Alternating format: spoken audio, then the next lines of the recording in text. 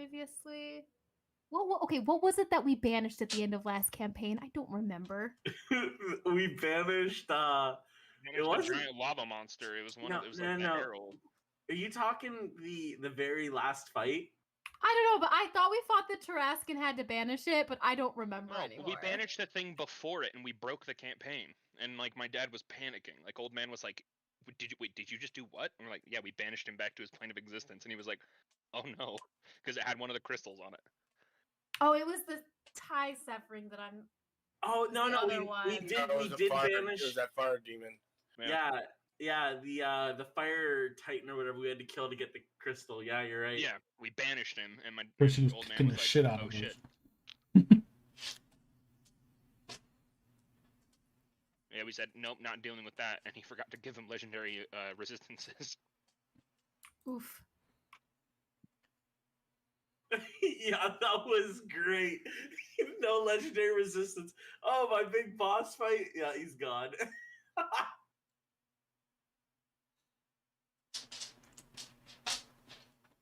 You heard him. You guys should have heard him complaining about the freaking giant fight that we like, stunned him all. He was so pissed. What do you mean pissed? We were gonna die. We were gonna die. He wanted to see if Hector or Gex were gonna do anything. And Hector's now a renegade. But if Hector didn't, I probably would have died. Garrett probably would have died. Who talk about Hotak's healing is stupid. You would have stayed up just fine. The rest of us would have died. Bruh, one hit almost took away 3/4 of my health, and that was a regular hit. Yeah, we would have run out of spell slots to finish healing between him and I. Yeah. I mean, luckily enough, all their turns were pretty spaced out, so we probably would have been fine. Like if they were all going on the same initiative, game over. They have multi-hit, man. It was bad.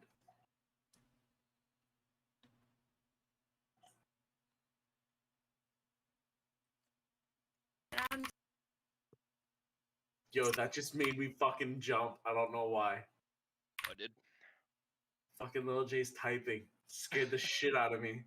I put a delay on it, so it's not supposed to like come through it for like at least a second, but it doesn't seem to work. Oh my god, I nearly fucking had a stroke.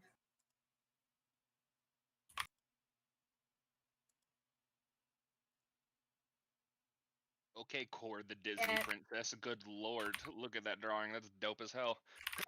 Yo, isn't it good? Thank you.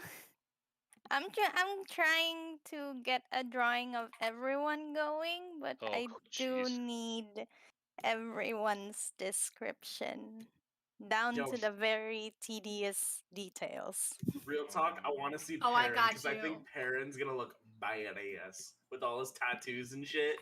With Perrin's hair alone is the coolest part about him. Oh yeah, because it's freaking. Do you guys remember Treasure Planet? It's the main character's haircut. Is kind of what I'm going for. I've tried drawing it like 6 times. I'm bad at it, but it's so cool. I freaking love Treasure Planet. By far one of my favorite movies on God's green earth, and it's so good. Love that movie. Yo, it's so good. It's like that in Atlantis and Meet the Robinsons. Like Disney had a really good thing going before they were like, no, reboot all classics.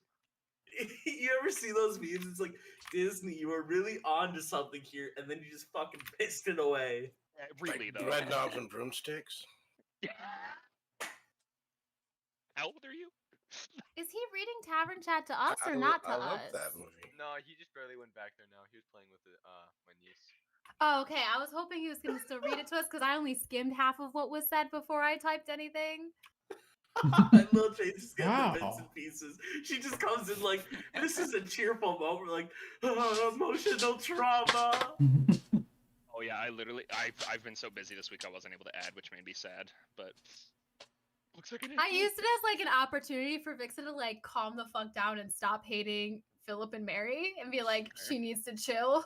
Whoa, shit! Vixen hates Philip and Mary? I shouldn't say hate. I don't know. You haven't picked up on this? Yeah, I was about to say, like, I've both picked up on it. Anytime freaking like the Tower of High Sorcery comes up, they're like, "Oh, no, Hotak over there," and Vixen's like, "You shut up about Hotak! Don't you dare bring him into this whole like with your shit." Like I eavesdropped on their conversations. Like I threatened them last week. Oh yeah, it's intense. Vixen does not like those two. Yo, what the fuck have I been doing? I didn't notice that at all. You've been going. I am the like. We need to figure out what we're doing next. While all of us are like, we'll just let Urus handle the decisions. Fucking yeah, I got appointed party leader. I'm like, I just want to settle my ship. What? You're Listen, the do you want paladin. Urus as party Congratulations. leader, or do you want Perrin as party leader? Take your choice. You know what? Yeah, okay, I can see it. Tavern chat, guys. So Perrin can fly now, bitches. You never know where he's at. Shit, if we leave this up to Mary and Philip, we're doing library world tour. Well, hello, everybody. Really though. Well, yeah, it's like Hello, Clarice. Hello. Hello, Fun fact, he never says that. that's the end game, man. Go to the library. Yep, he never does. All right, you guys ready for all this tavern chat? Yeah. Woo! Yeah, this is long. All right, here we go. I hope your throat's ready. I got extra. That's kind of disturbing, but anyways, I got extra water. Hey, whatever you're into, it's all good. So the chilly day of Palanthas draws to a close. The streets start to empty as the already cool autumn day settles into a rather chill evening. Within the Drunken Noble, the group now known as the Steel Ones gathers. With jobs complete, direction as to where they must go next. They have one more night to relax and rest before they set off. Urus sat on a chair that groaned in pain from his size. The city, once known to let all types of folk within clearly, had not been sweet to host of his kind any longer. Still, even with some discomfort, the coin that was put up for the evening's drinks relaxed his tension. He already had started to drink. The news of the Legion conquering sat heavy in his mind, so he did his best to wash away any concern. I don't like the company name, the Still Ones. Hey, Blue, how you doing, man? Thanks for joining. Shit, I didn't add that. No, sorry. No, that's a weird like thing for Urus to blurt out. No. There's a guy by the name of Blue Spark Gaming. I'm doing good, man. How about yourself? I'm just right now I'm reading what we refer to as the Tavern Chat.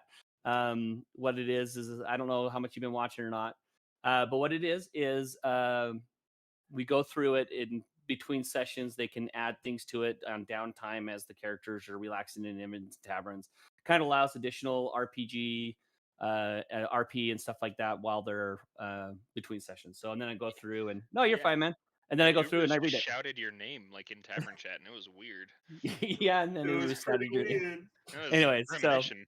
Anyway, so sit back and enjoy the time there, Blue. As soon as we're done, we'll be jumping over into the map so you kind of see what's going on from that perspective. So, all right, and you'll be seeing it from the DM side. I pretty much leave everything open so you can watch whatever you want to watch.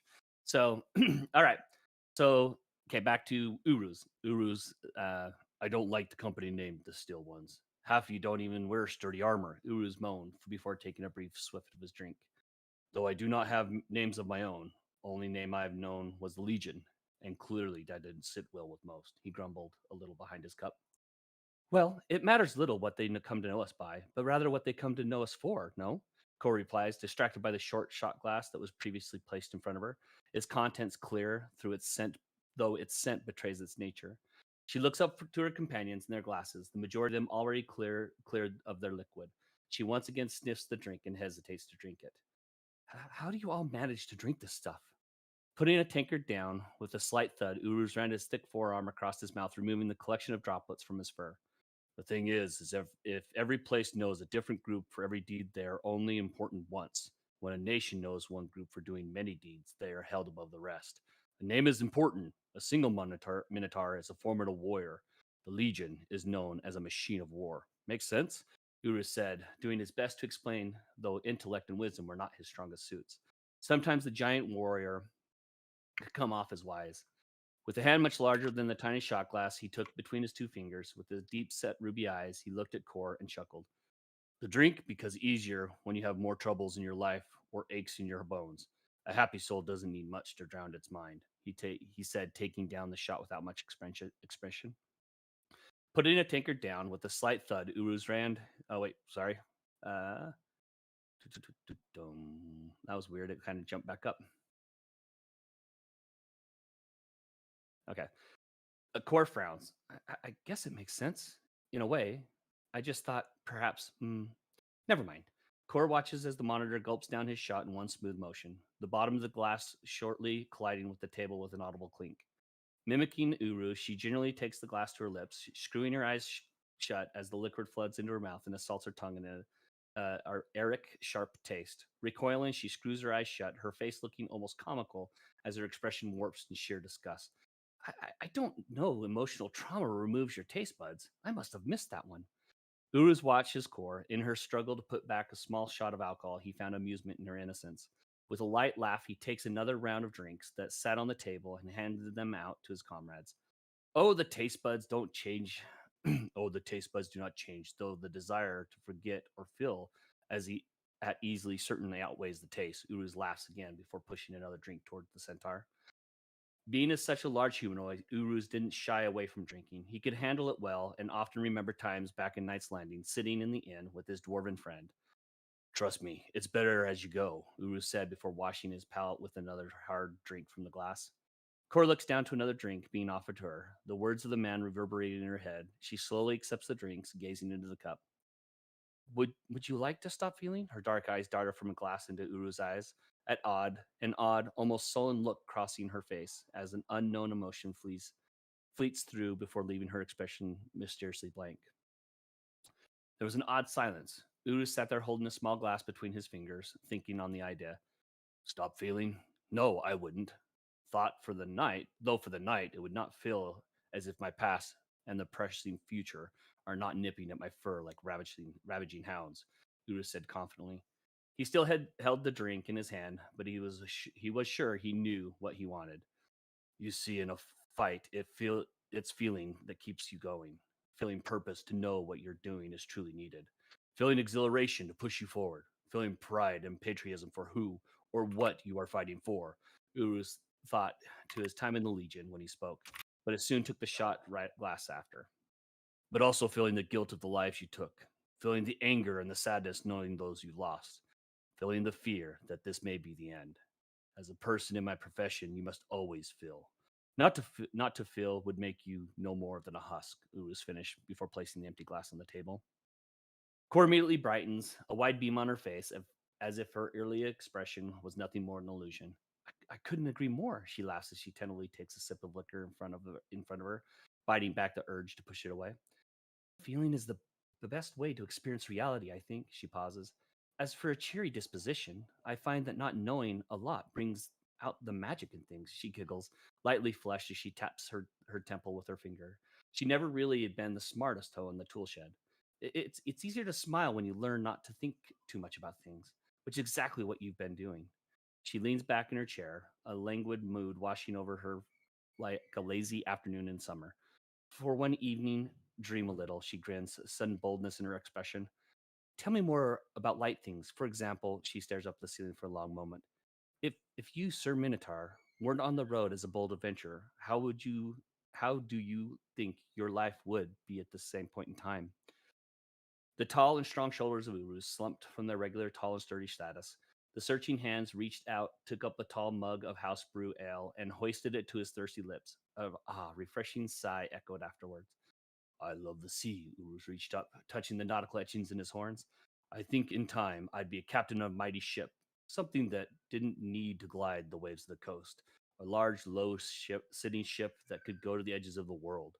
That's where I think I'd be. Maybe a merchant vessel, maybe a whaler, maybe just to explore.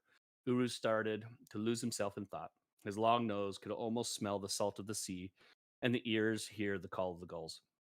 Yeah, that would be nice, he repeated. If given the option to, would you leave this all behind and pursue that dream? Cora gulps down her glass of wine quickly. She tucks her hands under her chin, curious to what the answer of the question would be.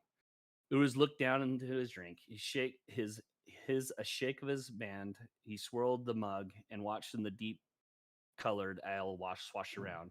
He thought hard on the idea and then looked to Cor. I'm afraid that ship has sailed. The winds of living at the sea long blown those sails much further than I can swim. The winds of destiny change in odd ways. Sometimes they blow you off course, and you are lost. Other times they keep you true and keep you on your path.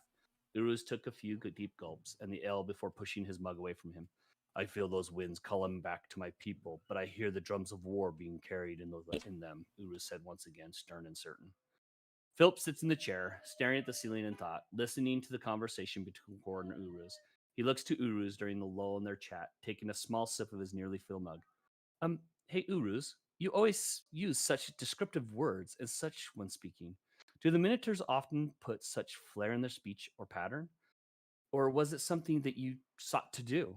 A long smirk grew over Uruz's face. He folded his arms across his broad barrel-like chest and looked to Philip. Actually, no. My kind does not care for fancy words nor flair. They are people who prove to one another by dominance and force. Since I've spent many years away from my people, I have learned that unlike the Minotaurs, the folk around here do not follow the savagery and brutality like back home. As you know, I'm trying to show others that not all my kind are that way, Uruz said while looking between the group. Unless you want me to be more barbaric like my folk, he asked. Philip pauses for a moment, imagining a barbaric Uruz. Remembering the red-clad male dwarf with an axe, Philip nods his head, shaking away the vivid memories of the stout man who breathed out only hurls of insults. No, I quite like the way you are presently, though I confess I have no frame of reference for what the usual Minotaur is like. I've not seen any. Seems like the forests of Sylvanos were not a favored terrain for your kind. Though I cannot blame them, even the smallest of races can be tangled in the vines and lashes. I'm very sorry once again for hearing of your homeland. Even you've left on ill terms, knowing that the grounds where you once grew up is under a struggle and conflict is unsettling. Uruz said it low and slowly bowing his head in respect and in the slight hint of shame. If a fleet is landing, then it will be hard times ahead for those who stay within their homeland. Uruz took a glass and pushed it over to Philip and took one of his own. May they be brave, he toasted as he clinked the glass to the table before taking down his gullet. Philip's expression darkens for a moment. He gives a gentle smile. Worry not. We have not been so at peace for long that we are unprepared. Should they try their luck through the forest, they will find themselves bound and battered by vine and arrow. And as much as even our greatest of mages is dismay, the forests do not burn easily. Even flame made of magic struggle to spread. It would take a miracle for them to push out such disadvantages. I do hope so, but there is something driving this army with urgency. Sargas desires us to charge in conquest, but they are with the Nordmar. Doesn't make sense, Uruz said. He went for another drink and stopped himself, feeling his body feeling the slight tingles from the consumption. I do not doubt your people's capabilities, though things will be bloody, such in battle, on both ends. Philip quickly glances around the room, seeing that everyone is. He tries not to look to the now 2 cups in front of him. He takes a small sip from his mug. I'm not terribly familiar with war times. I was not alive for most of the major wars, and the elves are not so conflict heavy, at least in terms of battles of arms. Testing his weight, the wooden chair groans once again. Uruz leaning back in his seat. His eyes looked over to the half-elf, and now considered a trusted comrade. Yet you have some of the tales to tell, some mischief. Knowing you and how you can spin words better than most, I bet you've got quite a bit, Uruz said with a chuckle. Philip nodding, recalling his own outings and the outcomes that have come from it. He looks to his drink with a bit of shame in his eyes.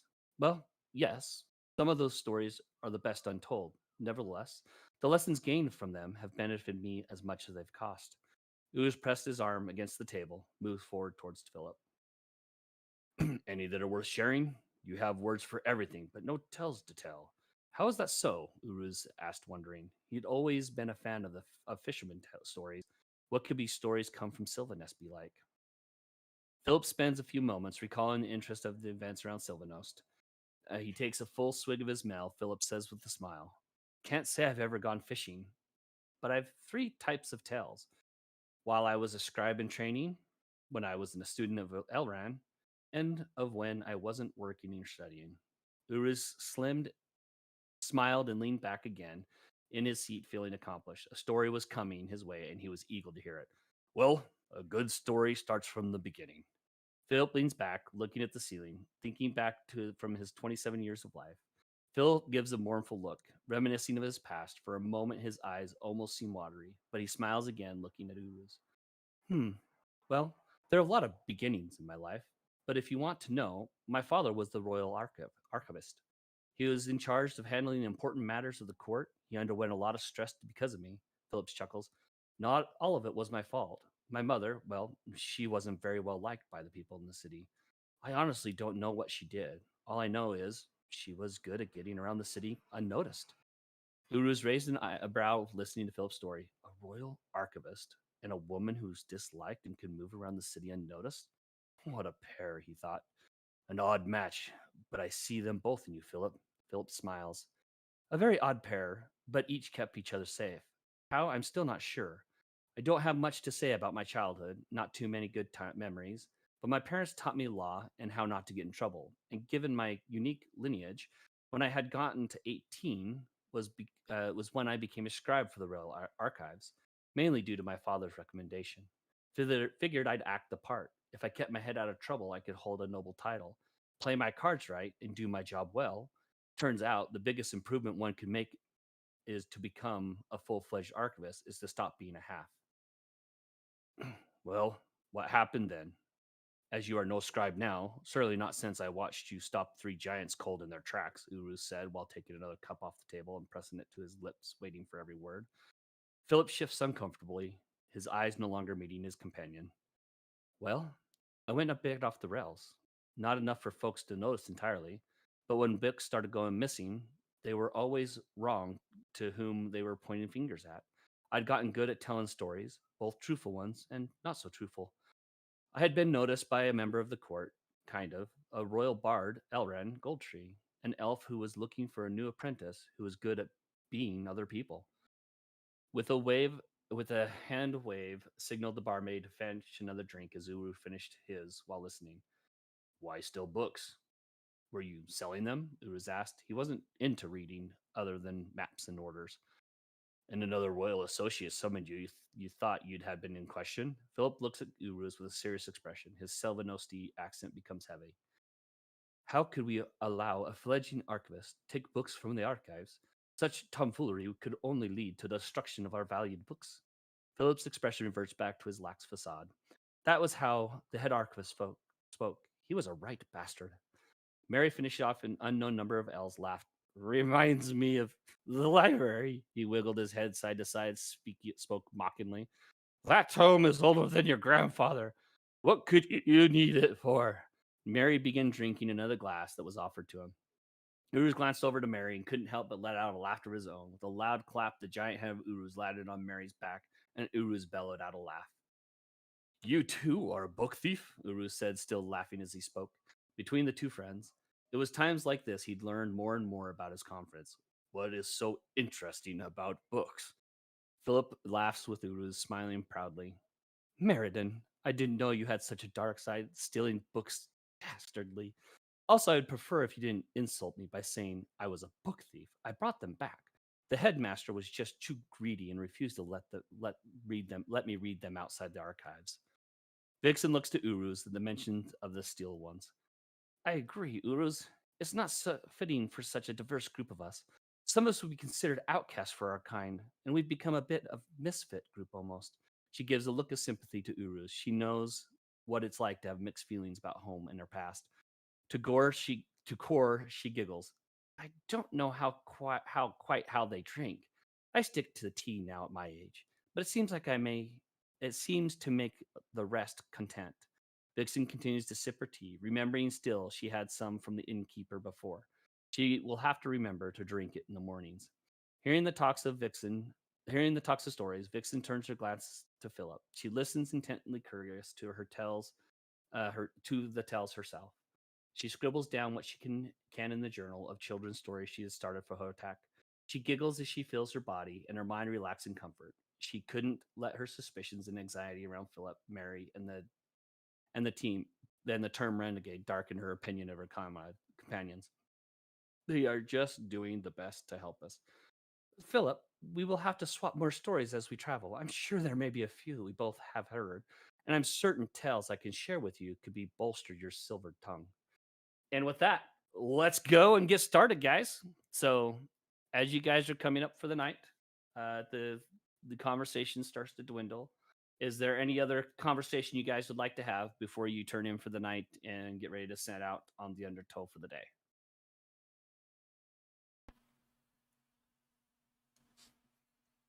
No. Look at that tavern chat again. Wait, is there more tavern chat all of a sudden? That was You me. You sons of bitches! All right. Wait, what is going on? Where did this jump?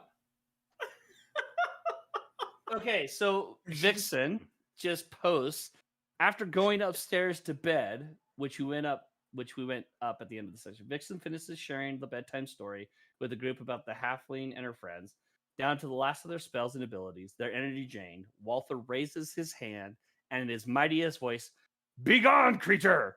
And the fearsome beast was gone, banished to its home. And for those of you watching, that is reference to the last season that we did. And Where we Walter, broke the campaign. They literally broke my campaign at the end, but it came That's with not quite... this story. That's not this story. This is Walter banishing the fucking fire titan we needed to kill. Oh, that's right. Okay, let's oh jeez. All right, so yeah, I'm gonna pull you all over to the map of Palanthus real quick. So let me go ahead and pull everybody. So yeah, so story time. In the last campaign, Walter, who was played by the individual who's currently playing Uruz, banished a massive fire titan from the elemental fire. No, I didn't. My twin brother Walter. Was it? Oh, Walter did it. I was That's like, right. we need to kill him. Yeah, that's right. Walter did it and literally broke the campaign. So I had to figure out a way of recovering, which I thought I did a pretty good job.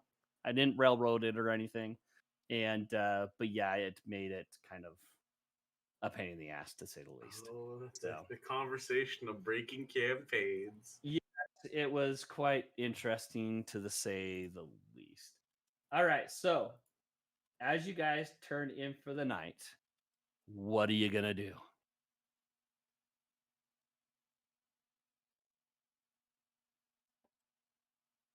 Close my eyes and go to sleep. Use Philip as the little spoon. All right. So as you guys turn up into the room, you guys crash out, spread out between the three beds because you did rent the whole room. Mary passes out in the bar, though. Let's be honest. Oh, so you just pass out in the dining area. Yeah, All right. Aaron's gonna I'll go even take care roll. of his boy. Okay. So as Constitution check. yeah, let's go ahead. Yeah, you it's not like a complete pass out there, Mary. You are at least somewhat coherent of what's going on around you. But yeah, you even though you pass out at the table, head down, the night goes uneventful. Occasionally you hear a little whimpering from other members of the party as the memories of recent events kind of go through your mind. You wake up in the morning. The rain is setting in. Quite the little rainfall is going down. It's not overly heavy, no thunder, no lightning, just a pretty steady drizzle throughout the day, throughout the morning. And you do feel the definite bite of late fall, early winter starting to set in.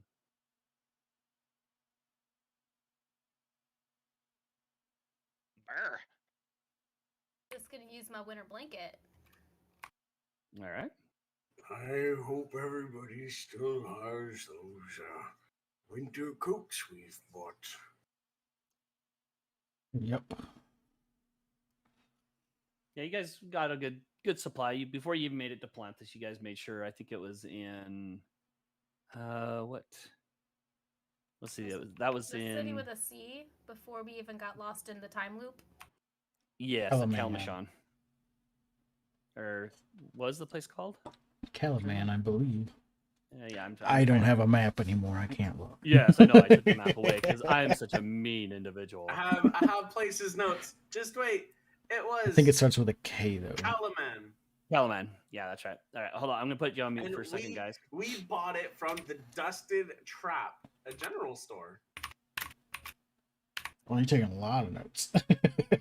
Places, not so much. People, fucking, I got notes for people for days. Incredible. How Are they good typed these up? notes are? Oh yeah. They ain't very good, but I got them. Are they typed up? Yeah. It's in here, but I think it's just my private thing. I don't think Old Man made it public, which I Oh, can I make see it player public. If you, notes. I can make a which one is it there? don't make Ruby? it because I got notes on other players too. Oh, okay. No, all right. I won't make I'm it. keeping tabs on all Be you. an Uruz is Will mine. you copy paste what's partyable into a separate one at some point? Would you mind? Yeah, I can. Like If, take out whatever sections would be private to Uruz. Yeah. Which notes are viewable for everybody? It should be under, I think, Campaign campaign notes. All Yeah, players, campaign yes. All notes, yeah. campaign notes. All players are part of campaign notes. Okay, yeah, I can throw what I have for now in there. Carry on. Okay.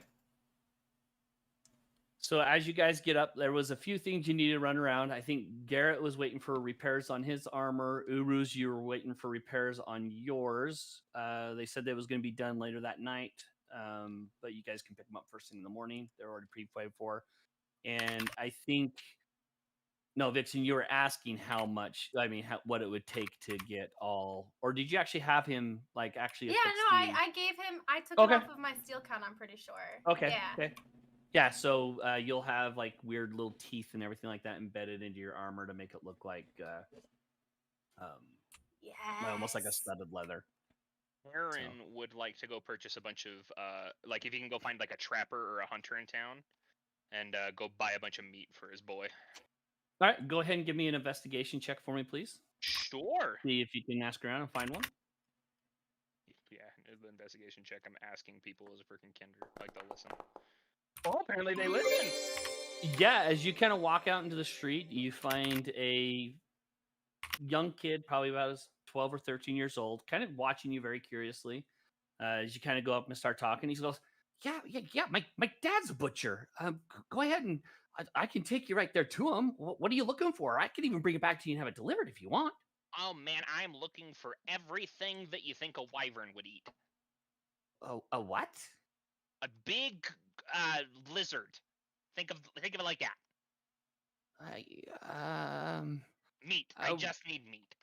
He's got pork and lamb. That's about it. Would you? Lamb sounds perfect. Okay. How much lamb would you like? A pound, 2 pounds? I need at least 2 sheep's worth. Oh. Okay. Let me go talk to my dad. I'll be back in a few minutes. All right. All right. I'll just be right here. All right. He books off down the road as quick as he can, running full board.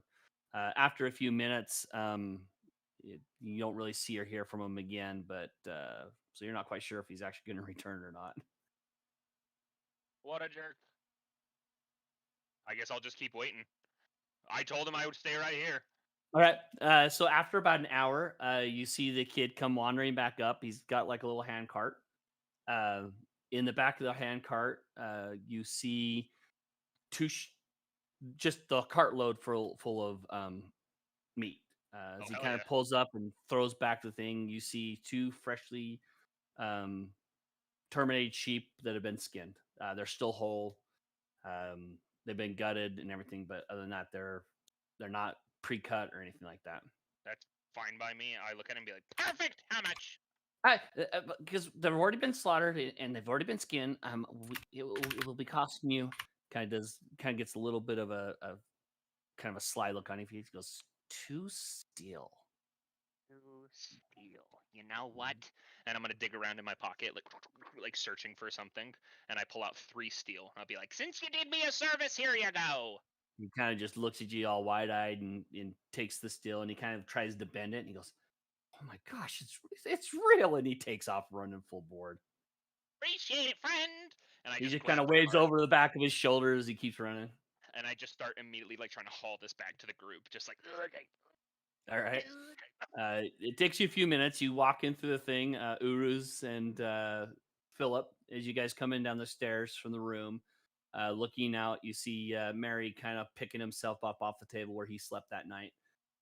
You see Perrin carrying what looks to be a freshly slaughtered sheep over her shoulder. Two of them. Oh, you're trying to carry both of them? Oh, absolutely. Do you think Perrin would just stop at one? Give me a strength check. Absolutely. With my -1, let's go. Hell yeah. You get it. You kind of, it's very awkward. You drop the one occasionally. You got one on one shoulder. You keep dropping the one that's on your weak arm, and so you get to the point where you just grab it by the leg and you start dragging it in. Guru's coming down the stairs, sees Mary leaving on a the nice, table. leaving a nice blood trail behind you on the ground. Yeah. Guru sees Mary and kind of slaps on the back, and he's like, "Come on, we have things to do." And he looks at the door to see Perrin, and he stops. He raises an eyebrow real slow, nods, walks over, and takes one of them from. "Let me help you first, mate." Perfect. We're gonna load this on the undertow. That way we can feed my boy, or our boy, I guess. I just keep calling him my boy. I was a little excited for mutton, but that'll do. Good thing. You know what? I didn't even think that maybe you guys would want to eat this. We might be able to keep some of it. I'm sure. Well, I think maybe Philip's good at spending coin. He can get some fine meals for us. Though Hotak is quite capable of crafting food. I shouldn't say that too loud. You know what he's been doing. What has he been doing? How do you think we've been eating? What do you mean? I would just assume that like you guys went out and hunted every night. Yes, Hotak's an excellent hunter. Are you saying he's been using, and he looks around in a very loud whisper, magic? No, he's a good hunter. Oh, alright, well that's fine. You just insinuated that it was something else. I mean, if he was just a hunter, and just say he's a hunter, good heavens, and he rolls his eyes and starts walking towards the undertow. Okay. So Vixen, as you kind of go out and you start looking around, as you guys start heading towards the undertow, you start going down Trade Road. There you do see a small weaver shop. Doesn't look to be fairly large. Go to that blacksmith first. Oh yeah. Okay, so as you guys, it's actually in the same direction, anyways. As you guys are heading towards the Trade Road, you do run across the blacksmith first. You pick up your armor, so you guys do have your armor. Your armor is fully repaired. Vixen, your leather armor is looking pretty cool. He very well placed the teeth and the leather worker placed the teeth and the claws that you do have in a very particular arrangement to where it looks almost like it was designed that way from the beginning. There was a few patches of new leather that had been re-dyed black for you. Yeah, it looks like if you added a little bit more, it actually may be a viable suit of studded leather armor. But as of right now, it's still just normal leather armor. Yes. Fine work. Thank you. I will be back with more, I'm sure. Yes, anytime. I appreciate your patronage of all of you, and may the winds blow ever so much in your favor. Oh no, Perrin will lean over to Uruz and be like, "Winds blowing in our favor. Is that a sailing term, or is that like I hope you don't have gas term?" I mean, us sailing folk definitely say it. You always want the wind at your back. Oh, see, we have a very different term in Kinderland. Basically, it's like, you don't want the wind behind you, because if you get wind behind you, your friends won't hang out with you kind of deal. That's odd. Hey, Mary, I just messaged you back, by the way. I mean, if it's a good thing here, I'll start using it more. Or I won't take offense to it and use it more if that's what we need to do. Good call. All right, then I hope there's plenty of wind behind you too, my friend. Thank you. Have a nice day. He kind of ushers you out as you hear him start pulling together another order. Hey, Hotak, can you talk again? Because you sounded really quiet there for a second. Oh, hold on a second. All right. Yeah, could you... Kotak's dead. Kotak, you there? The Kotak? light's on, but nobody's home. Oh, sorry. There we go. My mic muted. Yeah, you're just really, really quiet. You may need to turn the gain up on your mic a little bit. Okay. So, all right. So, as you leave the armor shop, you do see the Weaver's just a few doors down. Vixen, as you walk in, you see an older lady. Looks to be in her 70s, kind of hunched over. Looks like she's trying to weave something. She's got a massive loom in front of her. She's slowly, you see her shaking hands, kind of leading pushing the threads through between the two sets. What can I help you with? I'm looking for a loom for personal use, preferably something a little bit smaller. I used to have something that was smaller for travel, but I'm not sure if I still do. Oh, if you did, would you consider parting ways with it? And I'm gonna hold out some steel, whatever the price. As she kind of glances over back towards your general direction, you do notice her eyes are completely whited over. You can tell that she cannot see at all. I guess that might be. You could check the back room if you'd like. As long as you're comfortable with that, I would greatly appreciate it. Sounds like you make a good point there. Barnabas! Barnabas! And after a few minutes, you hear what sounds to be some thudding around in the back. You see a middle-aged man, longer, scraggly hair, full beard, fairly portly, with looks to be a white t-shirt almost coming down, not fully covering his belly. He's like, "Yeah, Ma, what can I do for you?" Get out of the basement and see if you might be able to help this young lady find something she's asking for. What can I do for you? I'm looking for a loom and some supplies to weave a cloak. Preferably a smaller loom, as I am pretty short. He kind of looks at you, goes, "It's kind of weird for you, Kinder, wanting to, do a loom. What you gonna be making?" A cloak for myself and possibly my child. I'm a mother, and I prefer to provide what I can make for my child.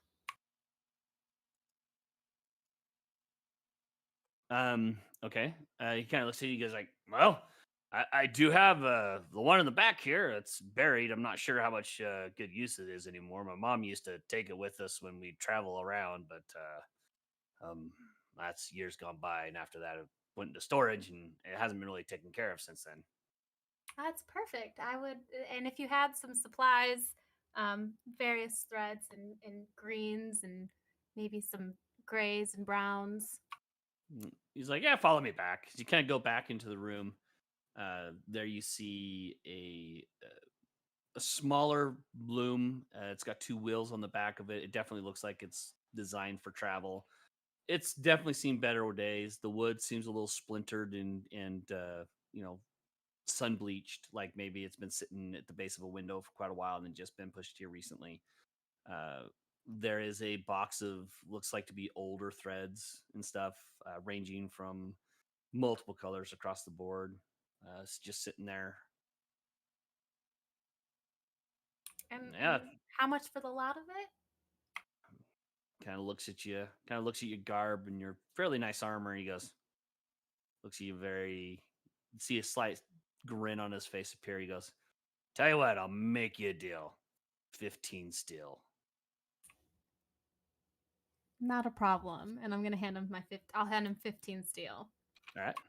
Go ahead and subtract it. He takes the steel. He's like, "All right, go ahead, take your stuff, get out of here." "Hey, Ma, I got rid of the thing. I sold it for 10 steel. Here it is." And he puts the steel next to her, taking 5 of it with him as he goes back downstairs. As I'm walking past the leave, I'm just gonna casually tell her it was for 15, but I'm sure he has good intentions for the rest. I wish that slob would move out of my basement. He's always down there playing stones, and it just him and his friends.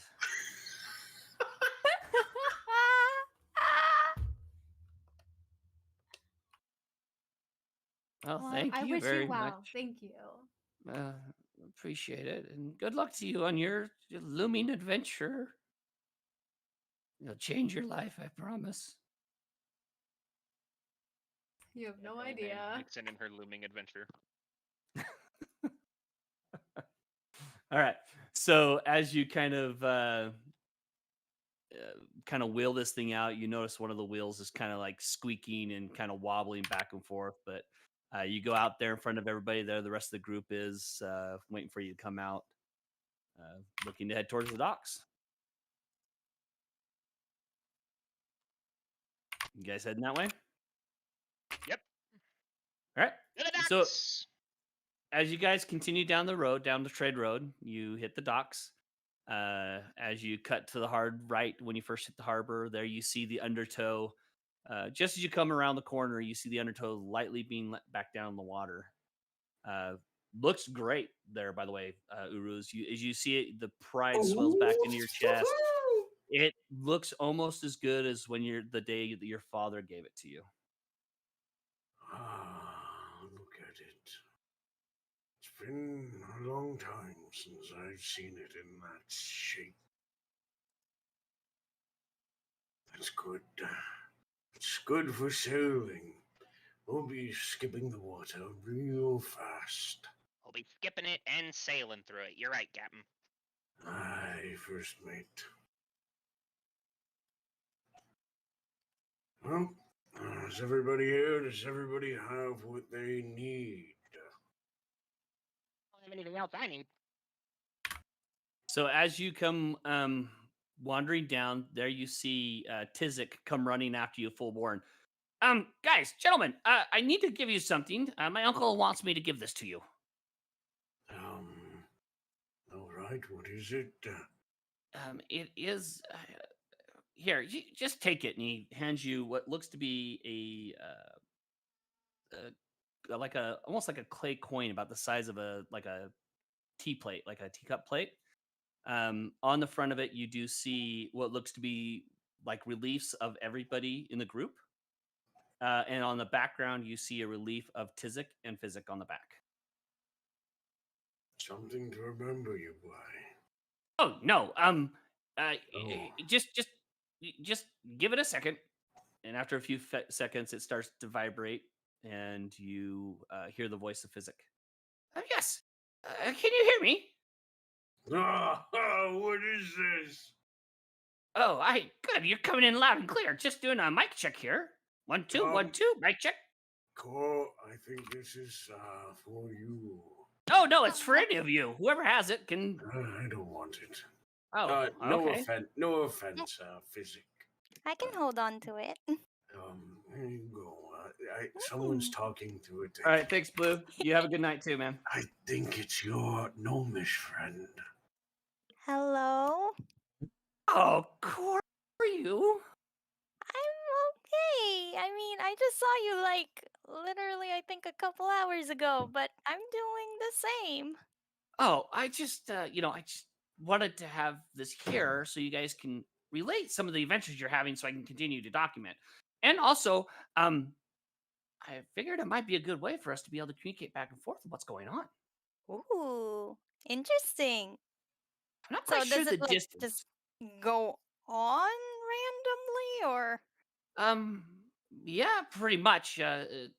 Just whenever I open the line of communication, hopefully I don't interrupt like sleep or anything like that. But occasionally I might need to be able to relay some information, maybe in the coming and going of what's going on here in Planthus and so forth like that. But yeah. Ooh. Well, thank you. You're welcome.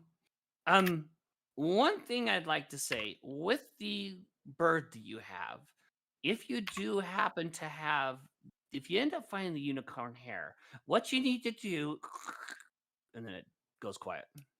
She starts hitting it.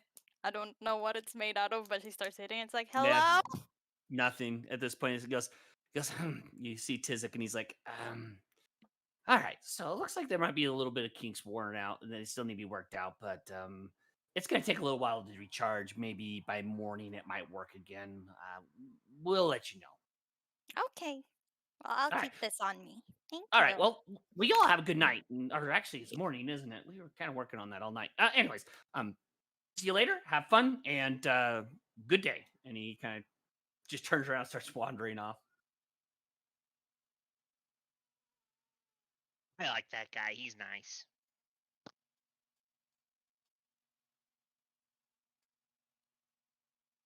So as you guys get up there, you see the dock worker, the gentleman you paid before to get the thing going. He's standing there, kind of looking around. He goes, "Good to see you all back. Looks like you're all in one piece, and hopefully, I was able to meet the timeline you put before me, and hopefully, she holds well for you." Well, it looks good. What were the damage reports? Well, you had a fairly large crack in the port side that any rough water would have separated it completely and you would have gone down. The sails had seen better days, Yep. seemed like very weather rotted. Your main mast had to be replaced, all sails and ropes. Money you did pay did cover all the costs. So there is about 15 still left over if you'd like that in change, but yeah, he kind of holds out a small sack for you. I look at him. Well, this looks like the day when it was given to me, so you keep that. May it serve you and whoever you look after well. Kind of nods and goes, "Thank you, appreciate it. And you have a good night, good day, or hell, I can't remember what time of day it is. I need some rest." He kind of stretches you here, kind of some creaks and pops as he kind of does, and he goes, "Anyways, thanks again for the business. My workers will appreciate the extra coin in their pocket." I Cruz nods to him and then starts to get ready to climb aboard, and he's gonna offer help to anybody that needs to get on. All right. After a few minutes, you all load up on the undertow. And which direction are you heading? What is the plan? We're South going to the side? Wizard Tower. Yeah, I believe our Yeah. comrades have a Push it test to back. take. Yeah, I need to stop being a criminal for a few minutes. You all can see the undertow, right? Nope, I don't have a tile in this token ticket map. Just Hold on. drop one here. You don't have a tile in this I see token. it now. Yeah, Yep. y'all should. I just all dragged y'all onto the map, so y'all should see it now. Good. There's the mighty undertow, ready for sail. Both masts reaching up high into the sky.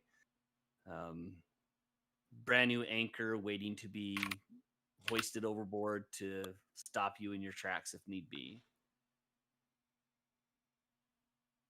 Well, if we're ready, let's catch the wind and start heading south. Well, I mean, first we must go north, back out of the bay, and then come around to the west, and then south. Often! What? All right. What the hell was that? All right. So, as you set sail, you head out towards the mouth of the Bay of Broncala. As you exit that out into the gates of Paladine, you see the signal west and signal east lighthouses that initially guided you in. As you leave the gates of Paladine, heading out towards the northwest, following the coastline. Day goes uneventful. Nothing managed to, as you guys kind of go through the day. I want to fish. All right, go ahead and give me a survival check, please.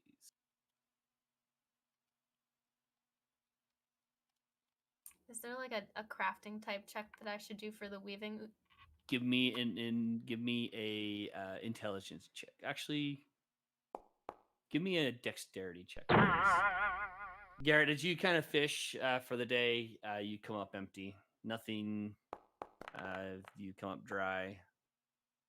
Vixen, as you kind of look over it, you start kind of fiddling as you kind of watch the old lady for the few minutes that she did. You start to imitate her her style that she did fairly successfully. As you get like a one single line, you actually get the loom kind of put together and ready for your first set of swiping to go through. So you kind of just go over and kind of get the understanding of the loom itself. You do now realize that it does needs probably some repair for it to get a good, nice, tight weave. Anybody else want to do anything during the day as you sail along? As we're sailing, Uru's sitting at the back of the ship. He's beside Perrin, and halfway through sailing for the day, he looks at Perrin and goes, "Oh, are you ready to steer? I'm gonna show you how." I'm gonna do what? And Uru's moves. He walks over and pushes Perrin closer to. I don't even know what the fucking proper term for it, where the rudder of the ship is. Yes, that would be referred to as the rudder. Yeah, he's gonna show him and he goes, "Well, keep it straight. Make sure we're not gonna get hit broadside by any waves, and we're not too far from the coast, so just make sure you always see it and you always keep it on our what side would that be? On our port side."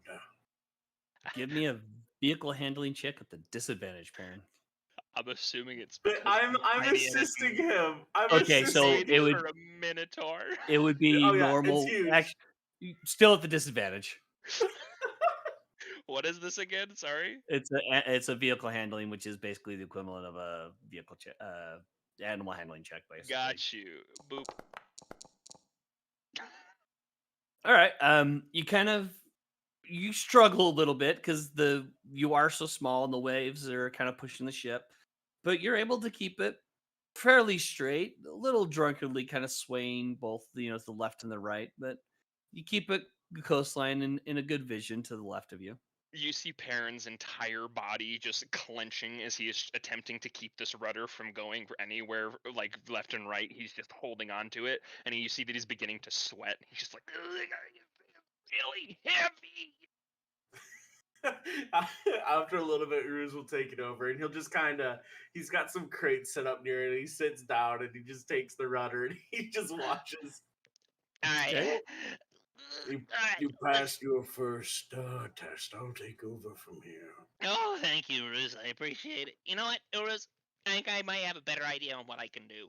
And Perrin's bottom form begins to rotate again as it crumbles to dust, and he begins to hover off the deck of the ship, and he shoots up into the air, and he's like, "Look, we don't even need a crow's nest!" As he just keeps going further up and higher and higher. As he's going up, are we drifting away from him? I don't know. Do you kind of go at an angle, or do you just go straight up? Oh no, I'm like following. I'm staying underneath the ship. So. Oh, okay. I wasn't sure if you're just like going up and we're leaving. I'm like, Eventually, Perrin will kind of slowly come back down and then perch on top of one of the sails, specifically like the middle one. He's just kind of up on top, and he's like, "Look, see, we don't even need a crow's nest. I can see everything from up here." That is a useful trick. Watch for other ships. I don't think we'll have to worry about any pirates or anything, but might be able to keep an eye out for rocks or wreckage. Ooh, that's a good idea. I'll do that. And he stands up on top of the mast and just puts his hand over his eyes and just starts scanning the horizon. Okay, Perrin, go ahead and give me a perception check, please. Wonderful. Perception. Here we go. Pretty good. All right. As you kind of keep an eye out for the day, your attention span usually cuts a little short and you usually get caught in other things, but you're trying to prove yourself so well to Uruz. You do a fairly good job. As the day continues on throughout the evening, you do see off to the left a decent beach with perfect. It almost looks like there might be a little bit of a wood dock sitting off this beach. Maybe somebody like maybe have docked there before. Looks like a good place you might be able to stop for the night. Perrin will whistle to Uruz. I see somewhere we can dock for the night if we don't want to keep sailing. Well, I mean, that's up to the rest. Would you like to sleep on dry land for the evening, or Is the sea okay? I don't You're have a a very preference. distracted bunch, Captain. I don't have a preference. I lived a lot of my life on land, but I've lived a lot of it in an airship, so sea is no different. A what? In a What? ship. I'm pretty sure there was something in front of just a ship, bud. What the I hell is will that? I will happily regale you of the time of my time on the airship. Oh wait, What? was air the name of the ship? No. It was a ship in the air. Okay, now you're just messing with me, and I don't appreciate that, Vixen. Is she talking a ship for the heir of a throne? The airship. I'm gonna tell them the story after we settle in for the night, but of when we had that big battle on the airship. Oh, who was it that almost fell to his death? I don't remember, but I it think was a that was great Gex. one. I think it was Gex that almost fell to his death on that one.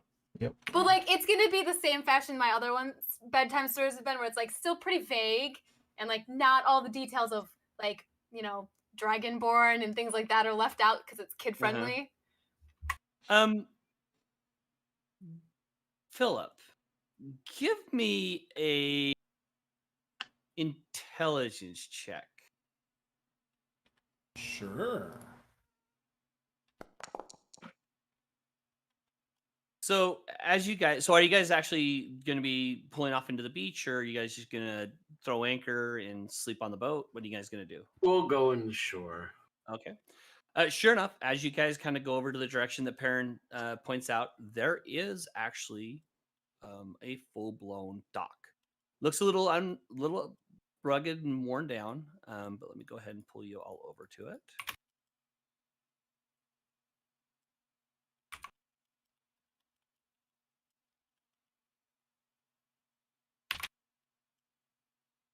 And let me grab the player character sheets. Top to bottom. Boom. You guys should see the beach. You see the beach? I see the beach. Okay. There is actually an old fire ring that you guys quickly stoke up the fire, get a fire going, and looks like a fairly decent place for the rest of the night. Right in the nice little alcove of the rock face there. Nothing too fancy. Well, Mary, do you want to start setting up an alarm? Let's start deciding watches now before it gets too late in the evening. And anything else you want to take care of? I have a hunting trap I want to put out. Okay. And my rain catcher. All right. Perrin, as you first step off onto this dock, you have a sense of familiarity here. What? Oh. You feel like you've been here before, but you don't remember actually of any of your adventures before your night's landing actually bringing you here. Something very familiar of this place. Perrin will kind of he noticeably as soon as he steps onto the sand stops and just really confused look just looks around the beach. Okay. Mary, as you guys start to settle in for the night, not Mary, sorry, Philip. As Vixen starts to regale you of this adventure, something pops in your mind. Something sounds very familiar for this. As you instinctively go and reach for one of your many books, you do realize that the book that you had about the GDKG group is gone. It's been missing for a while. Yeah. Did you already know it was missing? Yes. I couldn't remember if you did or didn't. Okay. So yeah, so you know the book is missing, but you vaguely remember reading about this story but in a much more detail than what Vixen just kind of rattled out.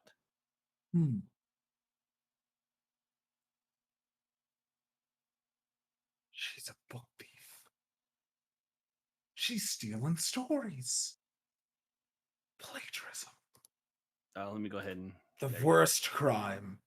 You The guys worst can- thing a bard can do, plagiarism. She's guys the can move most around now. criminal element in our party. She's worse than all of us. Don't get twisted.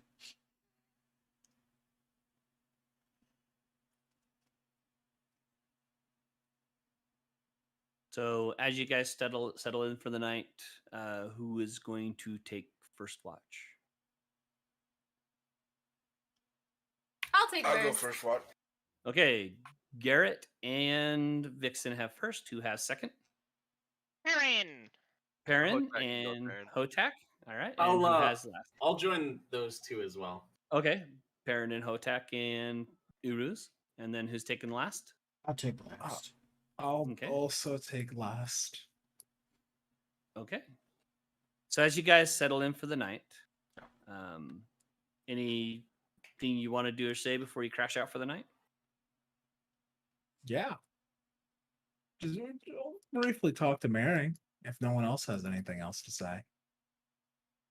If it's depending on when, like, do Vixen and Garrett have anything to say? Or do? Yeah, I'm good. I got nothing. Alright.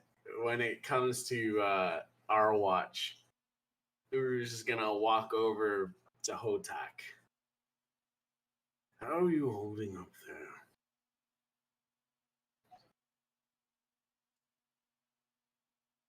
Hotak, you're muted. Hotak, Sorry, say that again. how are you holding up? You're very quiet, you know. It's been a lot, to just say the least. You I don't know. It's been a lot to process. I've met a lot of people in my time. Good, bad, strong and weak. But you're different. There's a light behind you I don't think I've seen before. You're strong with that gift. I don't know what that gift is, but you give life. That's something to be quite amazed with. I don't even know what that gift is either. I just get this feeling to do something and it happens. You know, our kinds aren't too different. And someone of your capabilities and your gift, I'm sure if you return home or wherever you may travel, you will get the attention of many. I don't know. I don't know if I'm ever gonna like show what I have to anybody else. Don't hide it. I have this constant fear and that, and I think it might be part of my mother, but she's really the only person that I've grown up with per se. But just the idea that the tower may do something to me. Well, as long as you're in my company, I won't let that happen. Thank you. It's very appreciated. It's nice to have someone to be able to talk to. Well, I'm always here. You know, your mother, though she be different, she raised a good son. And we may not be related, but when you stand by my side, I will call you my brother. I can say the same to you. Well, we should keep our eyes open. The beach is quiet. Enjoy the sound of the waves. Just hopefully it doesn't lull you to sleep. I'll try. And, Vixen, did I just adopt another son? Uruz gets up or walks away. He's having just, you know, being on the beach, hearing the waves. It feels good after spending a week in town. Okay. Philip, Mary. So, Mary, Philip, what have you been thinking about recently? You know, with everything going on. mostly these metallic dragons' life cycles are pretty interesting. What? Yeah. Been reading this What? book. I found it. What book I is it? don't remember where. What book is it? Is this You book? picked up a. Does the book have a title? Yeah, The Life Cycle of Metallic Dragons. Huh. What's a metallic dragon on? They're made out of scales, right? Yeah, but apparently they're colored different. I don't. Hmm. No. You know, Mary, Maybe. Yeah. I was listening to Vixen's tales, and I can't help but think I've heard those tales before in that book. You know that the book about the green dragon killing group that I bought for an egregious price. You bought a book for an egregious price? Yes, it was like 35 steel. It was extremely expensive. Why would you do that? Because it looked good. And you know, I don't want to accuse anything like anybody of you know, I come from the Royal Archives, and I believe Vixen may have misplaced my book and then began plagiarizing it. I don't know if you know the punishment of plagiarism in the Royal Archives, but it is a hefty fine, and you can lose your title from it. Well, I mean, I've heard the statement, a great artist borrows, but or a good artist borrows, a great artist steals. Is that even true? I don't know. What? Never really understood art. I'll be honest. I don't like paintings and such. It's a little bit too high standard for me. But all I'm saying is, like, I just think that Vixen may or may not be committing plagiarism, and I don't know how I feel about that. Are you saying she's a book thief? In a different sense, yes, I'm accusing her of being a book thief.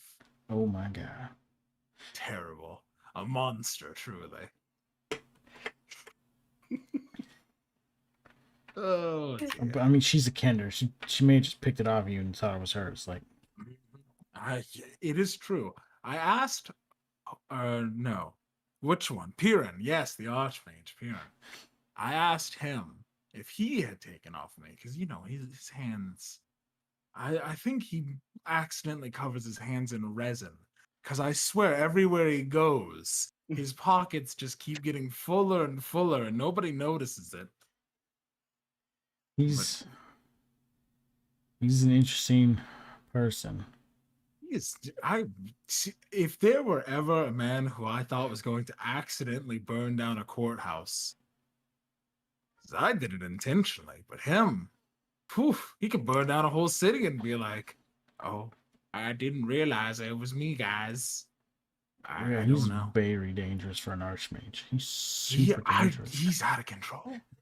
He just flies about the places though, like he runs it. Yeah. I'm pretty sure that's like above renegade class magic that I use. I mean, the only reason I can think of that they haven't like sent assassins to kill him is the fact that he's an archmage and they know about him and they're like he's got to be like something. Probably ahead of some tower somewhere. I mean, I'm just only reason. I can't imagine. Well, I don't think I know that, but I don't know. I'm wary of the Kenders in our group. They're dangerous folk, Mary. One of them is a book thief, and the other is a deranged mage who may very well be the death of us all. Hey, Perrin, will you give me a stealth check for me, please? Sure. Ranged. Anyhow, there was something more important that I wanted to discuss, but I don't feel like having this conversation on a beach of all places. Yeah. No offense. I kind of hate beaches. Reminds me of the Plain of Dust. You were at the Plain of Dust? Yes, Oh that's my how I got to Knight's Landing. How long did it take you to transverse that? Here, it's like an Almost- endless sea of sand and nothing. Almost 2 years or more. I had lost track after the second. Man. It was a miserable journey. So who was taking the watch with Perrin? Just out of curiosity. Who was it? that I was taking- was. Okay. And Hotek. All right. Okay. Can you both give me a perception check, please?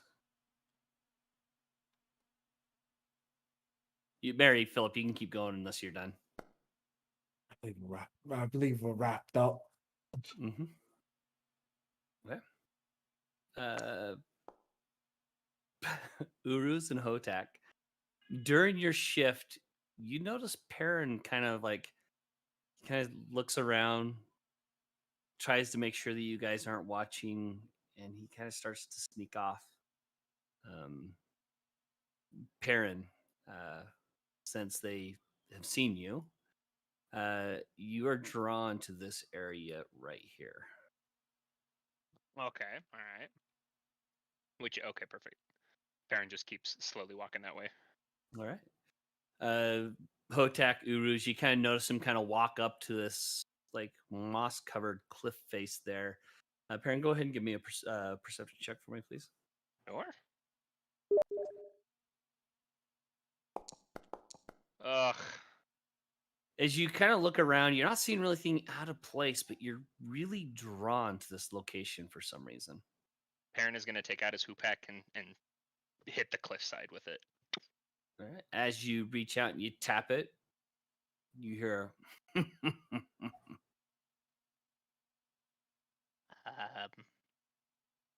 Hello?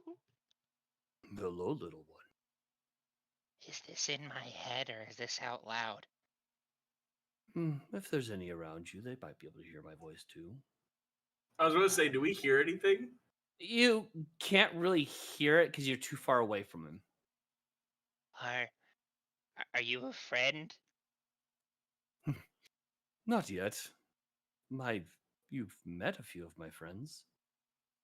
You hear the word friends just as you come walking up, Uruz. Oh. Oh, hi guys. Aaron, How you doing? who are you speaking to? You know, that's a very good question because I don't know myself. What's your name, friend? My name?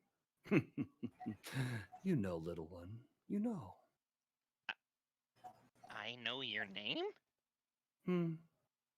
Maybe. Maybe not. Did my brother and sister tell you who I was?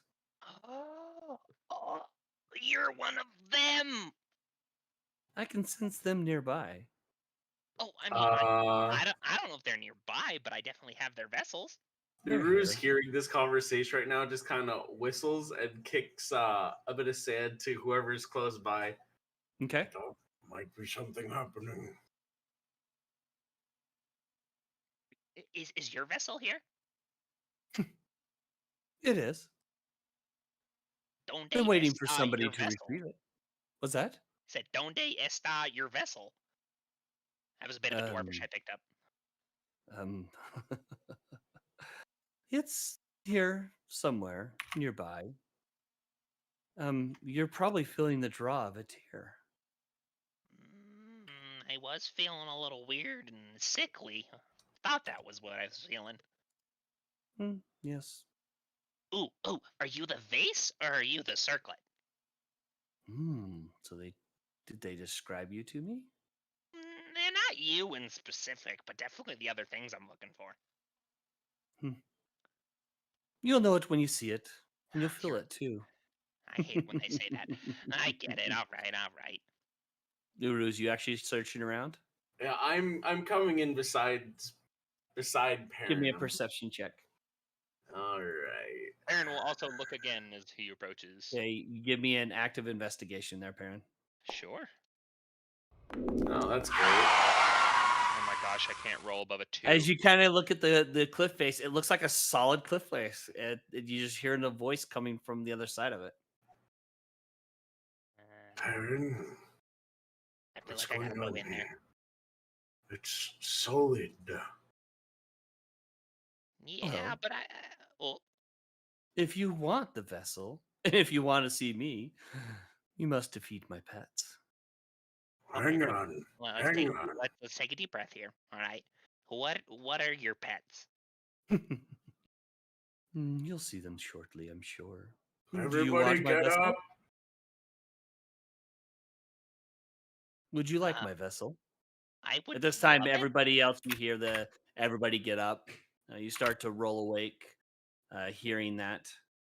I mean, I would love the vessel. That's kind of my whole point of existence at this point. Yes, I know. At So this point, I just gotta kill your pets. you do hear another voice in your head, only to yourself. Yes. Yes, another one of them.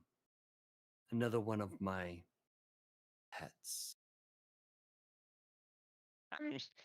Perrin like kind of clutches his head a little bit and just kind of rubs his temples and he goes, "So many voices." Hmm. You hear the voice in your head said, but which one do you truly gain your power from? My pets or me? Do I hear any of this talking, or is that all That in part, Perrin's that's head? all in Perrin's Oh, head. You don't hear a part Perrin in that. responds out loud though. Yeah. So like you probably the first thing he heard, like probably you would have like heard was the voices. Perrin. Perrin, are you okay? I don't Tell know. them you're fine. I think I'm fine. I kind of have a headache and something about powers. I don't know. Hotak. Core. Perrin's not well. He's speaking to himself. Oh. I don't know if I could help in any way. He's talking about powers and voices and I don't know. I don't know where I get my powers. Are they powers? Now or you just hear this me? voice going, well, you get powers from me and my siblings. Your siblings, but I thought they were your Uruz, pets. you actually hear that voice. Who are you? Say your name. What's your Hold on just a business with second. our friend? Yo, I've been slacking on the DJ. I totally forgot. That's all good. Oh my goodness. I'm sorry. Give me disadvantage. You get negative Roll inspiration. a performance Hey, check. Perrin, I just sent you a message. Yes, I see it. And 1 second. Yes, please, if you did, at least send it to me. I did. 1 moment.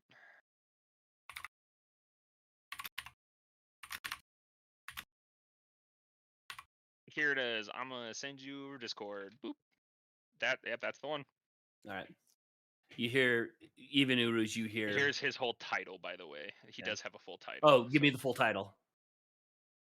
I am Zanjin the Gentle, the Mighty and the Humble. Yeah. I think I remember that name.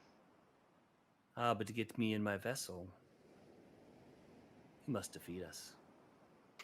Who is us? That's the question. I mean, sure. Is this a one-on-one fight? Is this like my friends join? Oh, it's how many friends do you have with you? Enough? Well, that's enough.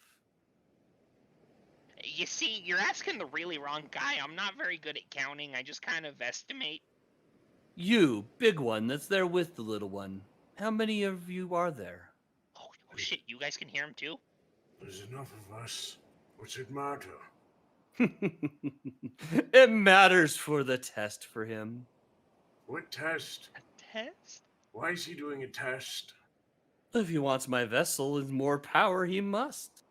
Who are you? You Am said I allowed your to tell name. them yet? I am Zanjin the Gentle, the Mighty, and, of course, the Humble.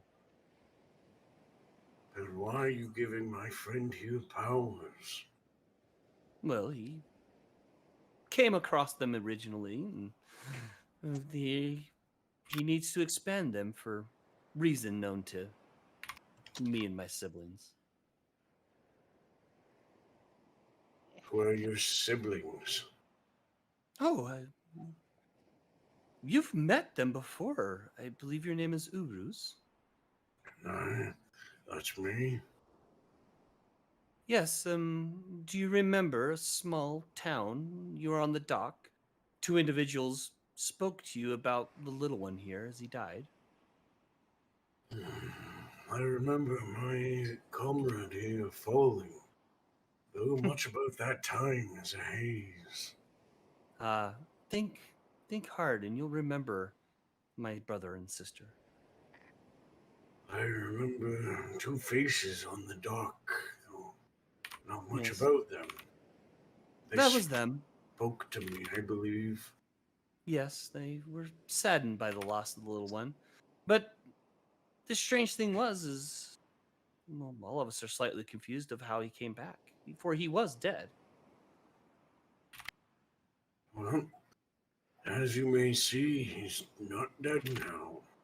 Yes, and that's quite interesting, but that's fine. And if he's able to obtain my vessel, more power he will get.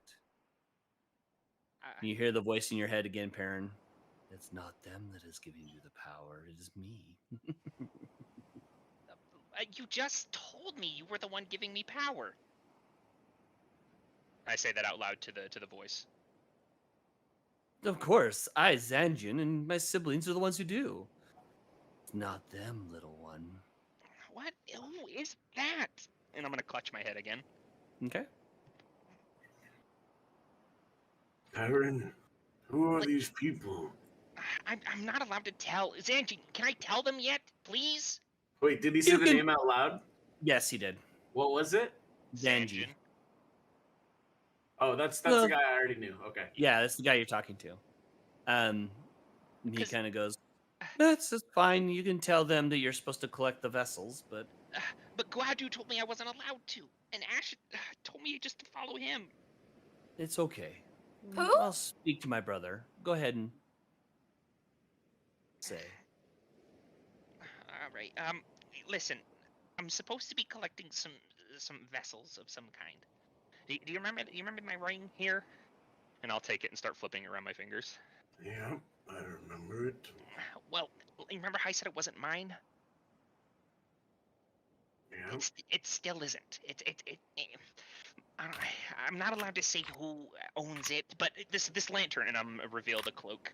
The lantern that I have is the old dwarf. It was that old. Remember that guy that we met, who was on the road? We were on our way back to Knight's Landing. He had a lantern on him. It is Gerald Shortaxe. I thought it was Milkus's. Oh, yeah, that's right. It was Milkus's.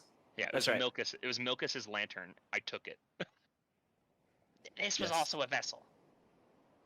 Huh. Yes, that is my sister's. Yeah. The ring is my brother's.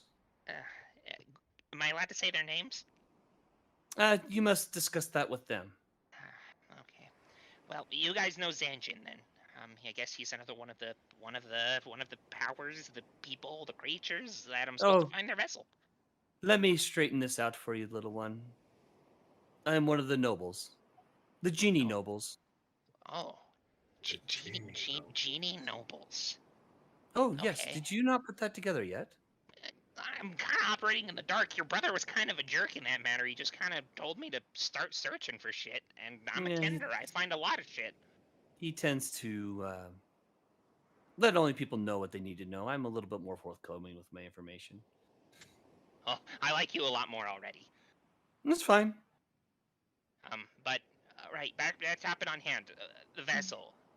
Yes. Where I have to kill your pets. I don't know if you need to kill them per se, but you must defeat them. Okay. It's I- your choice. You can kill them, defeat them, let them live. I don't care. All right, The only one I won't allow you to kill is me. I don't know if I can kill you. Maybe, maybe not. I don't know. You might be able to. Okay. Then let's go for it. All right. As you say that, this stone wall opens up, and there before you, you see this massive toad-looking like creature. Just kind of sits there, fairly rotund. Looks at you with a very calm, level-headed expression on his face. He goes, "Shall we begin?" Sure. All right. As you say, sure, you see these 3 massive creatures start to come up out of the ocean. And I need everybody to add themselves to the initiative tracker. And then roll for initiative. Oh shit! Oh dear lord, he's actually on the freaking. Oh no. Oh no, dude, you're no. Oh, he's on the initiative counter.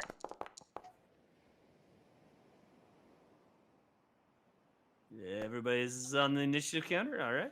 Let me roll for these guys. All right, let's get some music going and let's do this. I'm trying to find the music. Hey, Oh, shit. What was that? One of them rolled a 1, didn't they? And one of them rolled a 1. Yeah, okay. So I Oh, see this token here. Am I supposed to be seeing any other token? Which token do you see? This one. Yeah, you do see that one. Do you not see the other 2? I do not see the other 2, no. Okay, they must be just out of your... Wait, you don't see this guy right here? I do not know. And he should be in my vision because I've got Devil's Sight, so... What about this guy over here? I do not see him, but I should be able to. Let me see if I move over. Even as I move my token over, I can't see him. Even if I move it there, you can't? Move no, it right by the fire pit. Let me restart my web client. Yeah, go ahead and refresh your web client. Everybody else can see him, right? Yeah. Okay. Wow. Who am I seeing? Nobody. I can only see this guy. Fat lore drop for Perrin tonight. Good lord. I was don't not even expecting that. see him. What is going on? It's almost like some weird I'm commission issues refreshing. going on. I'm now. I don't. Could you want to pull me to the map? I can't see it. Oh yeah.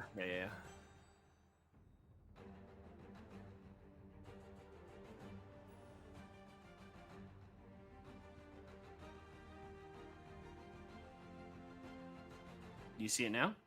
I do now. Yep. I see 2 of them.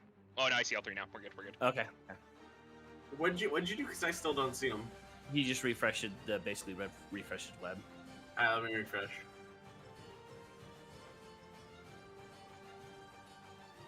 Yes, Vixen. He said the name Ash.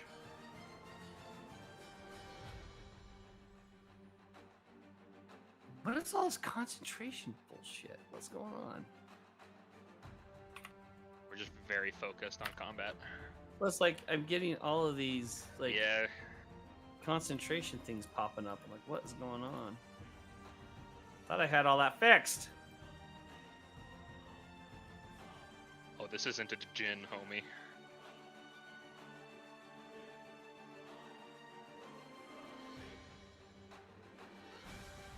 All right.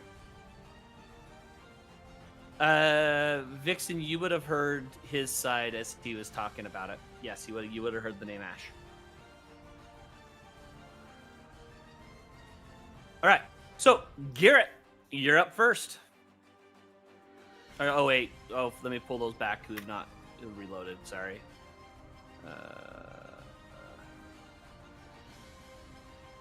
Or Mary and Philip. Yeah, I'm pulling them right now. Oh, and Urus. Yeah, he should be pulling here second too. All right. Oh, jeez. I don't even know. Oh, boy. This should be interesting. I'm low-key freaking out. I'm not going to lie. You threw a whole ass genie on the freaking initiative tracker. Oh shit! Those things are fucking huge. Yes, they are. They're called frog hemoths. Donde? Donde es frog hemoths? Donde está la vessel? I'll just delay right now since I'm still reloading. Are you still loading? Yeah. I don't even have Foundry up. Pull up. Let me launch my firewall, see what's going on.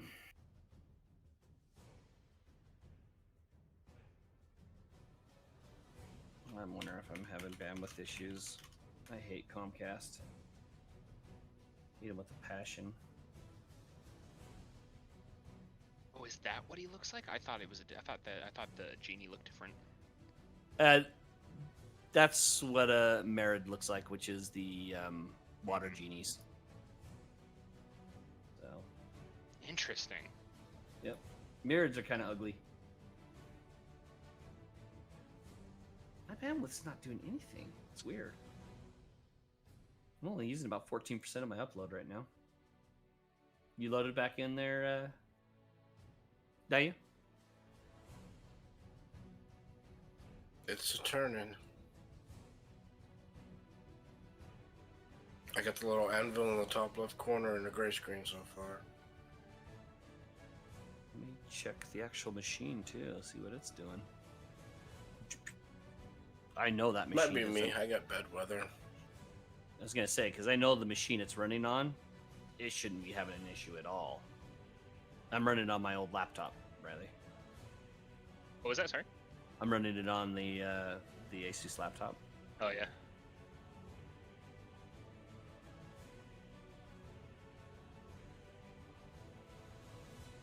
Ah, son of a biscuit.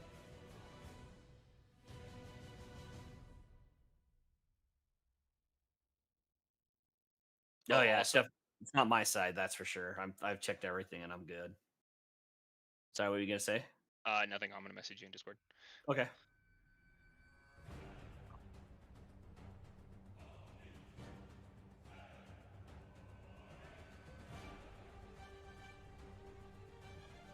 Loading Forest Road.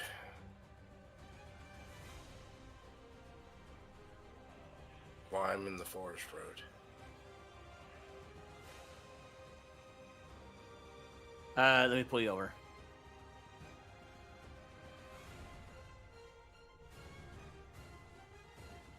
Mary, you should be pulled over now. Okay, yeah, I see these two guys. Okay. Yeah, you probably don't see the third one because he's outside the torchlight. So, and if you look right here, you should see a guy just inside that doorway. Yeah, I do. Okay. Garrett, you're up first, man. Let's go ahead and begin the combat. You're up. I'm just gonna. Cora, I'm shoot going to this put you up guy. by the fire pit, just to let you know. Okay. So that way you started the combat up there. What are you doing? Sorry. I'm gonna shoot him. Okay. Go ahead. Which one? Crossbow.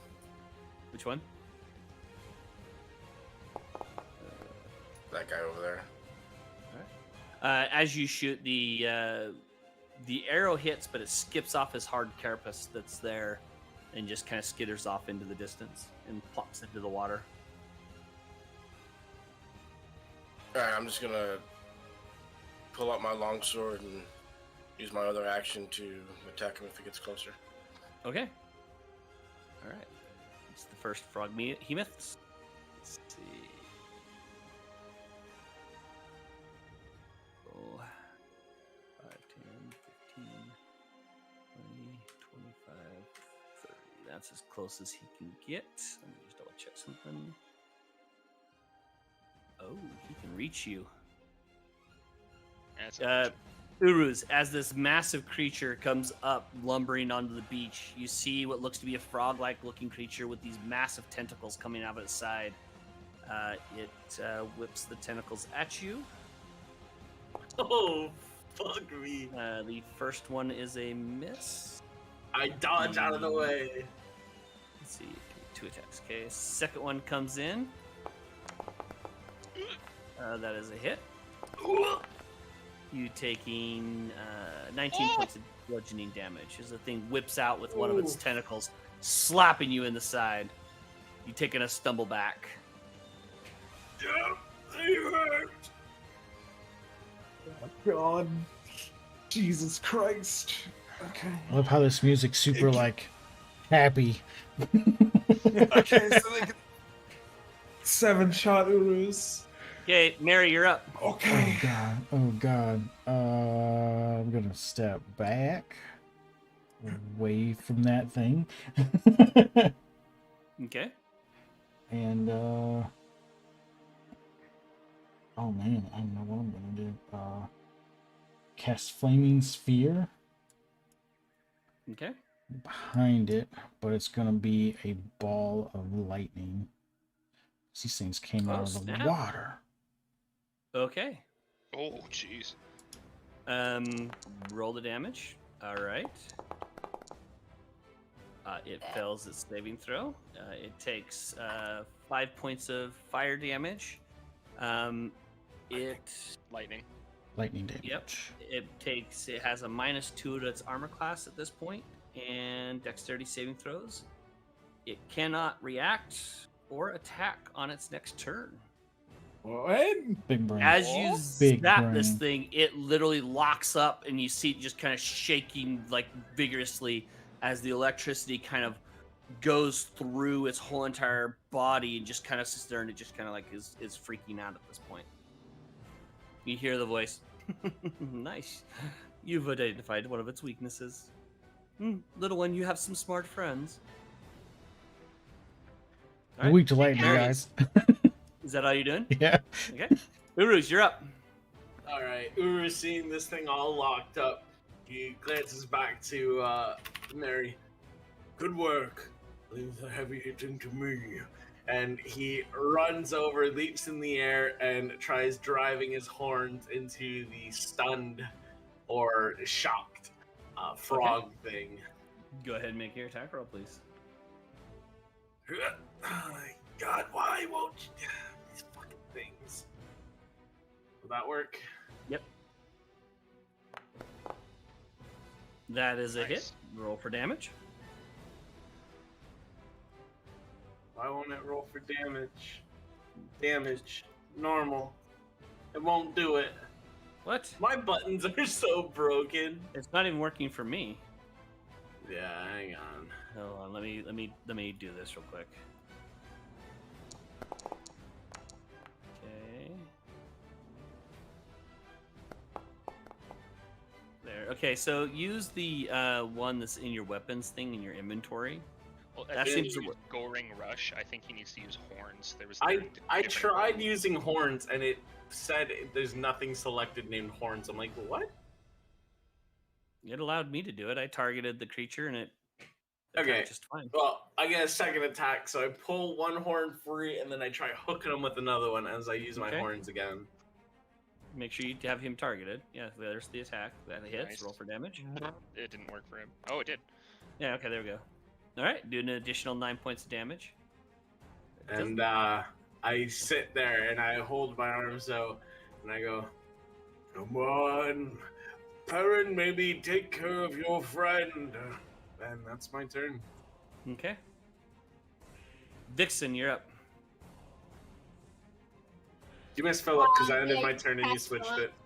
Oh, sorry, Philip, it's your turn. My bad. I apologize. Oh, I gotta remember not to touch the damn thing. right. I am going to push forward, seeing my friends in danger and being a little scared but fight the gigantic frogs. And I am going to cast Dissonant Whisper. All right. Well, on which on one? The one that is over here. All right. Oh, they're very wise. He still but he fails, still though. fails. Which So one he was it? take- This one? No, the one out. Oh, Yeah. okay. And then So he takes his reaction to run away from me. All right. That's as far as he gets. Sucker. All right, let me pull up the combat tracker. All right, and that's all I'm doing this round. All right, Vixen, you're up. Yeah, she's gonna look at the one that's, everyone's attacking. She's like watching it burn. And she's like jumping up and down, and she is gonna just blast it with a little guiding bolt action. Okay. Go ahead and make your attack roll. That is a hit. Roll for damage. I really thought that was gonna miss. Nope, they have really low armor classes. As you cast your guiding bolt, it slams into the creature. You're taking a few steps back. It is still kind of locked up. It is the next Froghemoth's. That was his bonus action. So 5, 10, 15, 20, 25, 30. He gets to right there. And that ends his turn. Perrin, you're up. Perrin will immediately levitate 2 stones. Like as soon as it starts kicking off, he levitates 2 stones into the air, and he's gonna look at the genie in front of him, and I'm going to. Can I just speak to him real quick? Sure. He said, "Am I fighting you?" You must defeat us all. Perrin immediately, as he begins to chuckle, launches 2 stones at him. As I Eldritch Blast him twice. Okay.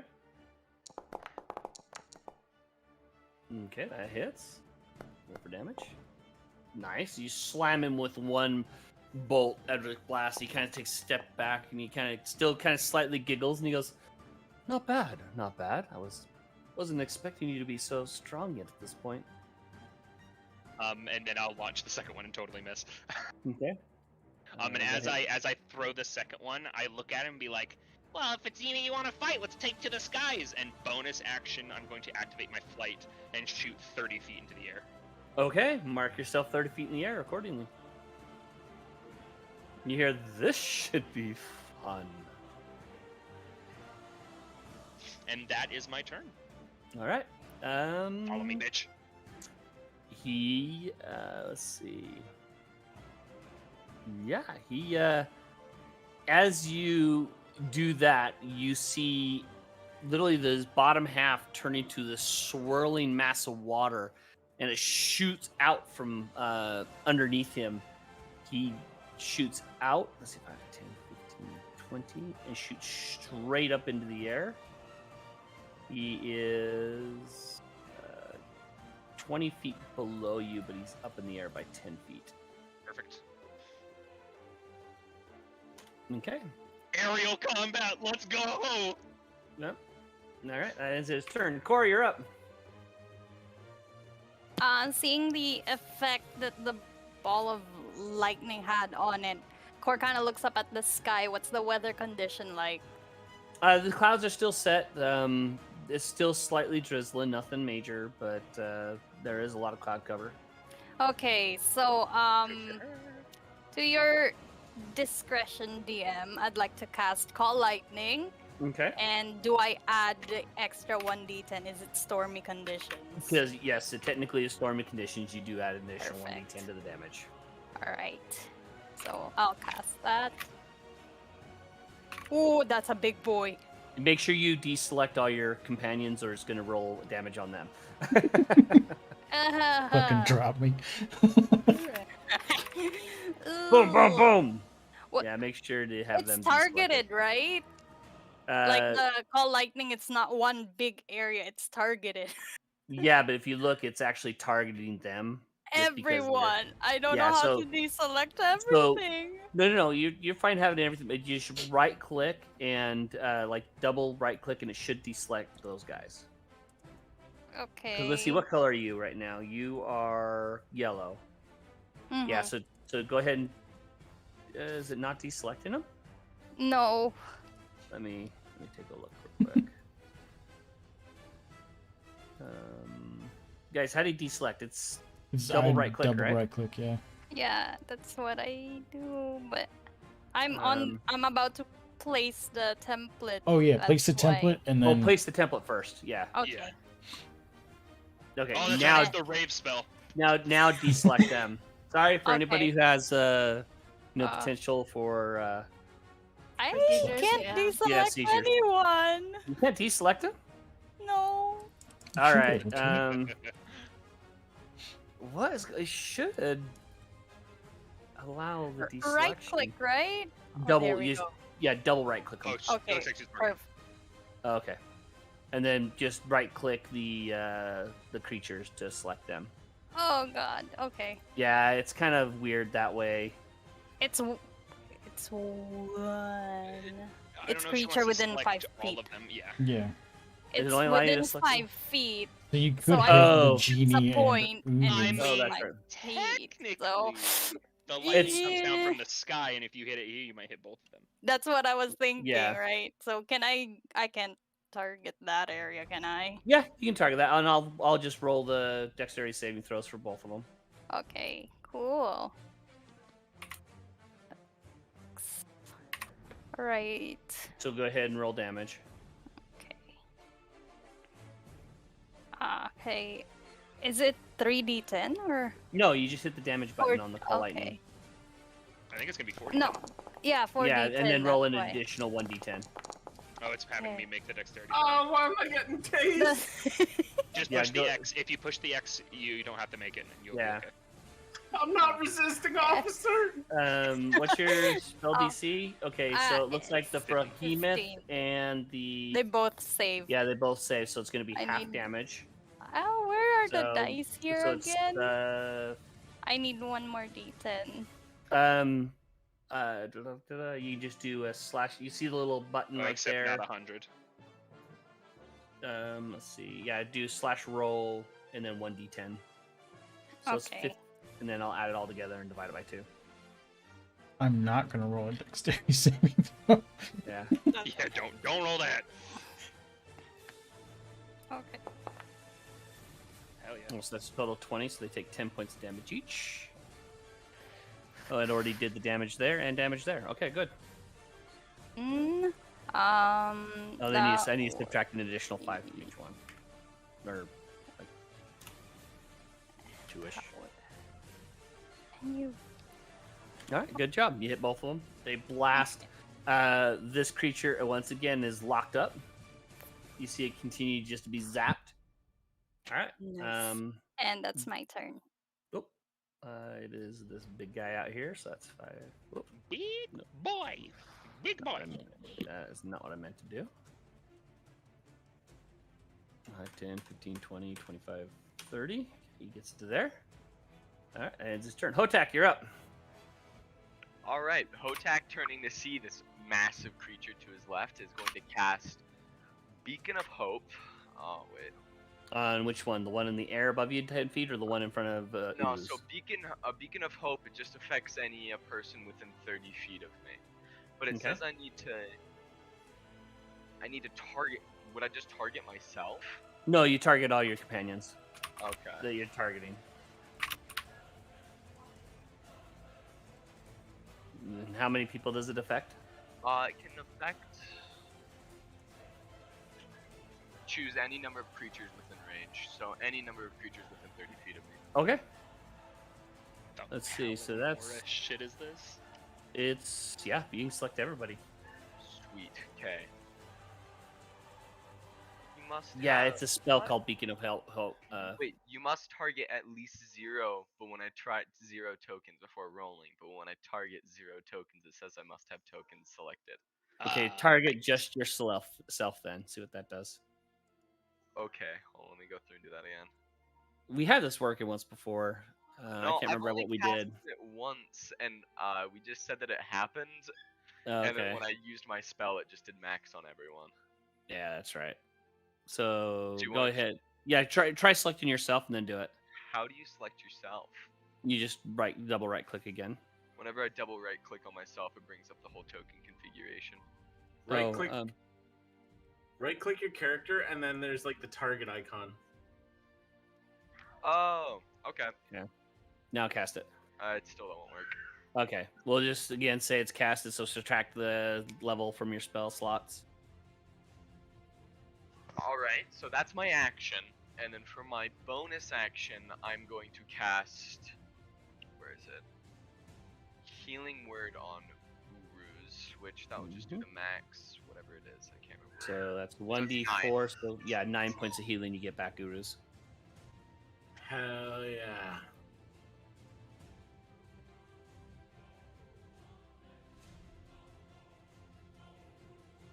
All right. Is that it, Hotek? Yeah, that's everything I can. Yeah. End your turn.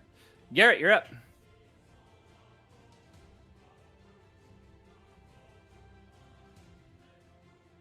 So did this guy move? Oh no, Because he was next to Uruz. that's where he's Okay. at. I accidentally moved him and didn't get him all the way back in his original spot. I'm gonna move behind him. Okay. And As you attack. get behind him, you see this creature still, but you start to see the effects starting to wear off a little bit. So go ahead and make your attack. You are technically at the advantage. Yeah, also Guiding Bolt would provide advantage as well. Yeah. All right. Go ahead and roll for damage. Nice. Well, nice. Max damage, 14 points of damage. All right, make your And I second will attack. do it again. That hits. Roll for damage again. All right, that's an additional 8 points of damage. Not as great. And I'd like to go ahead and action surge on him. Okay. Nice.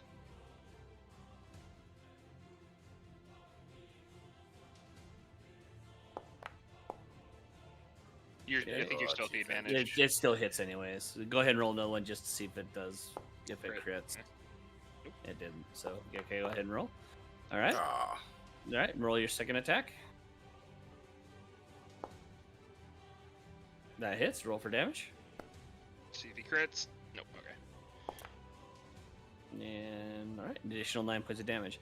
As you're behind it, you notice that it's not too difficult to get through its tough hide. As you stab in once, you slide it across its backside, and then you pull it out and quickly jab it in a second time. It rears in pain, and you hear, trying to get its attention, calling it all kinds of names, pissing it off. okay. Go ahead and end your turn if you're done. All right. With the massive amount of damage that you do to it, Garrett, it immediately flips around with one tentacle, slapping it at you. Let's see, where is it? Now, does it get its full attacks, or is it just one? No, it just gets a single attack. It Okay. does miss you. And hold on a second. Let me just double check its ability. Roll. Hold on a second, guys.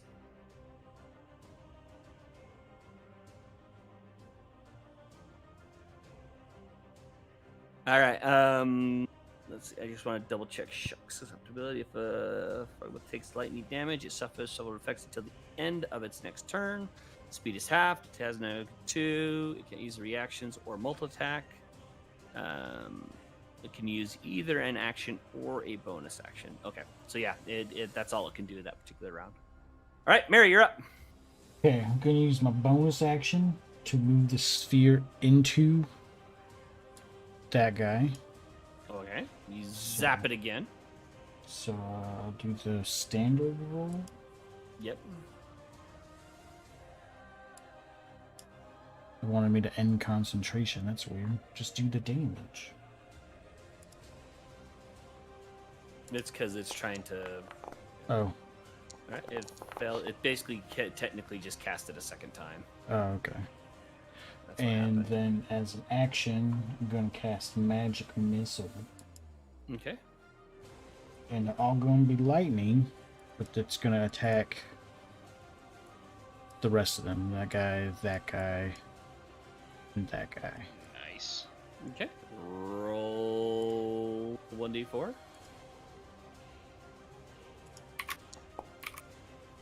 Oh, Yes. max damage to all of them. And so that's Nice. They're the cool points. lightning That's unicorns with the scimitars for horns, Oh wait. and they split off from me and they run into each of them. Okay. Because that still technically does force damage. It does not do the. It does lightning damage now. Oh, does it? Is that Yeah. I something think you it's can part do? of his Yeah. subclass. Oh, My well. feature. Okay. That's his Yeah. whole subclass. All right. Use So this guy here is kind of locked up now, and this guy has that same shocking thing going through it. I forgot about that. It's your scribe Yeah. feature. Yep. Okay. Spellbook. There it is. Yeah, I knew it. I knew you were a scribe. All right. Well, okay. Go ahead and end your turn. Oh yeah. There we go. Uruz, you're up. All right. Final Seeing choice. Garrett lay into this beast, I am going to help and start jabbing my horns back into him. Okay. Make your attack rolls. They had advantage? Yes, they are at the advantage. You. What the fuck? Okay, anyways.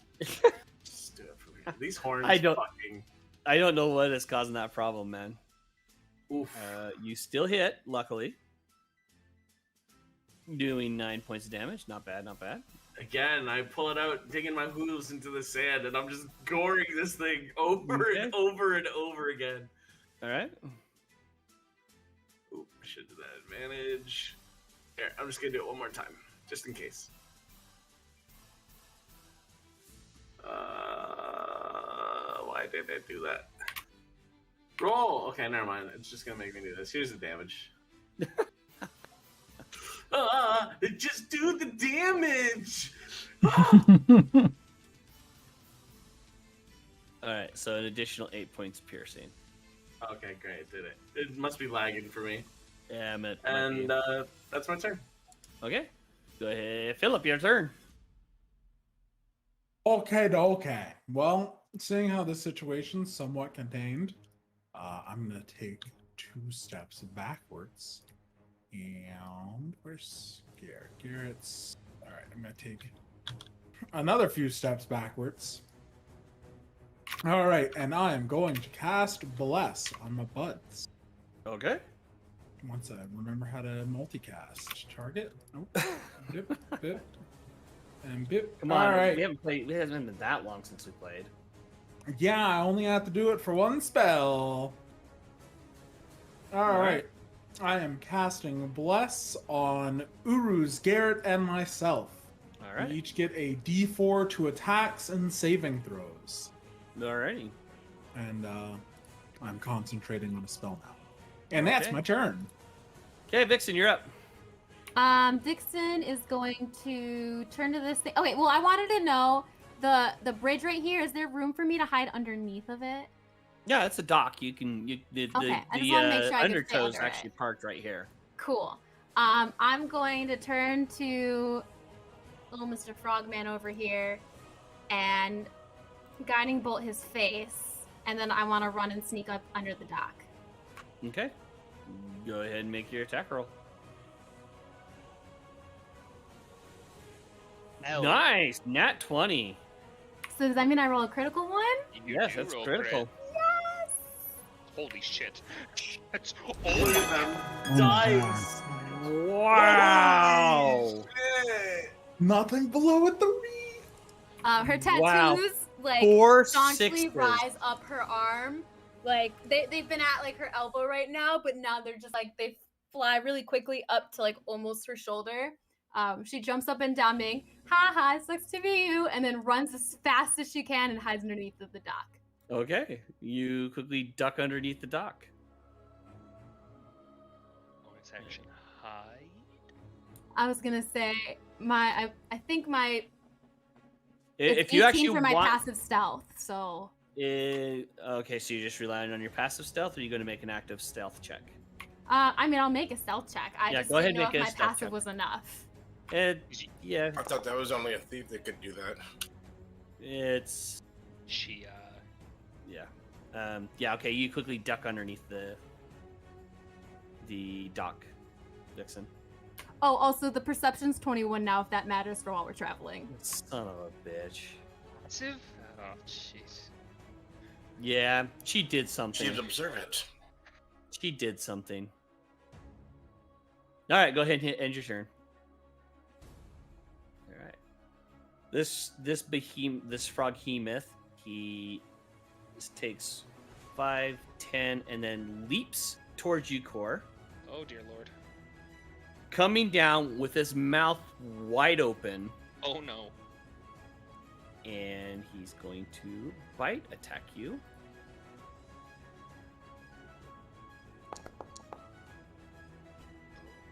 That is a hit. Oh. You take 43 points of damage. 43. And you currently swallowed. Zalo. What just happened? You are currently blinded and restrained. Boys. Look at that. Oh, did it drop you? Oh, No, you're at bitch, 1 she's hit down to point. 1 HP, bro. Oh, and she is inside the froghemoth's mouth. Uh-huh. So she has Those 100%. big mouths. She has 100% coverage for any allies trying to do anything for her. Ooh. You see this large frog creature just kind of like do a kind of chewing. You see one of her like hoof legs kind of Dude, hanging out of the that mouth for a second, sound! and then he kind of wraps his tongue around it and. All right, Perrin, you're up. Okay. This is up to you, DM, if you'll let me do this. Okay. Perrin would like to exhaust all his movement and dive into that frog's mouth. Okay. Go ahead and make a agility acrobatics check for me, please. Hey, old man, can you redirect me? Where you're where you're supposed to be. Oh, I can only see the forest road right now. Oh, okay. Vixen. Boom. There you go. Thanks, appreciate it. You're welcome. All right, so as you come swooping down, you like just as it like grabs her one hoof leg that's kind of hanging out and pulls it in with his tongue, you go right into its mouth. I grab onto Core and bear hug her. And as I do that, my tattoos begin to light up, and a static electricity starts to form around them before suddenly it goes super quiet, and then all of you just hear a as I am casting Thunderstep inside of its mouth. Oh, snap. Okay. I would like to Thunderstep right here and set her onto the ground. Okay. Where are you thunderstepping to? Into the cavern to give her cover. Okay. Okay. How much... Throw up the spell and let me know how much damage it does to the creature. Well, pow. Place measured template right here. Yeah, go ahead. There you go. It does succeed its saving throw as you come in and hold it, kind of gets a little perplexed. So okay, are you gonna make it? Can I try to argue something? Sure. Does it get a dexterity saving throw if I'm casting it in his mouth?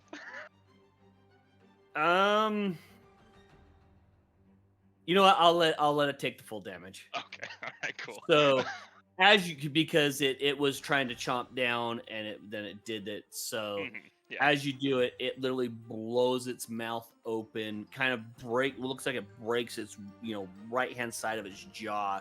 Its bottom jaw kind of hangs brokenly from its socket as you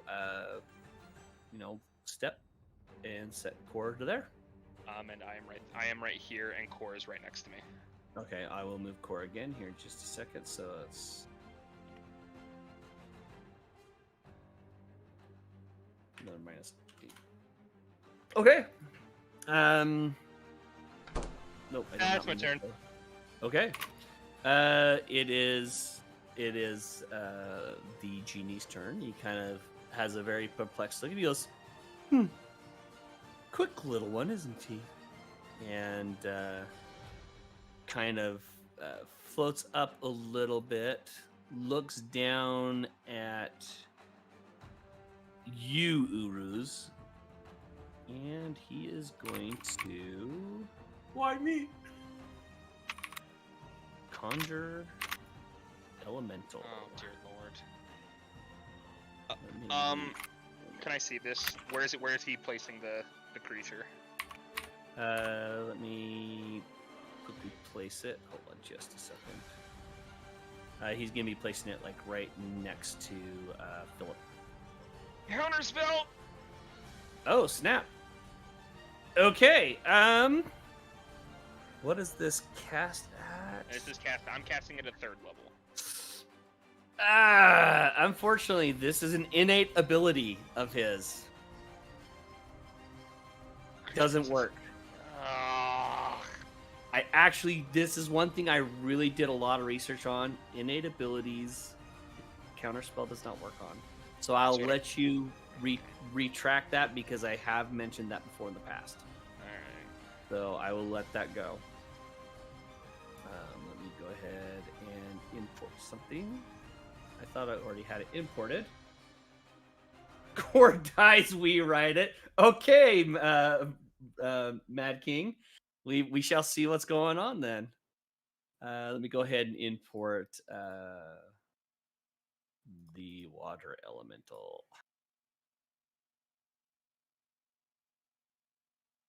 Let's see.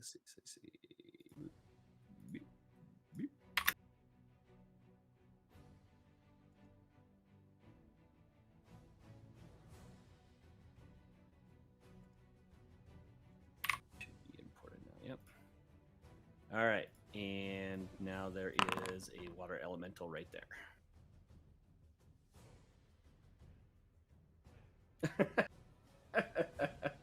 Wait, where's Cora? She is inside of the cave now with Okay. Perrin. Perrin quickly darted her in there. And that ends. Let me get this guy up on the turn board. Oh, interesting. He goes actually next. All right. It is the water elemental's turn. As it comes into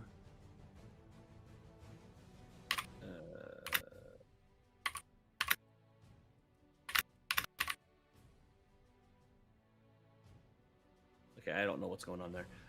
As it kind of there, you see this water form in front of you there, Philip and Hotak, as it comes into this like small swirling, almost cyclone of water.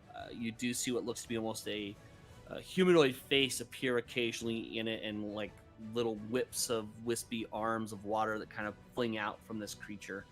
And it's actually going to attack you there, Philip. Wait, what? Watermelon target is 15. No, it's not. He's standing right next to you. What is going on? Select him. Select you. And then slam. The water elemental target is 15 feet away and your range is only 5. What is going on? Okay.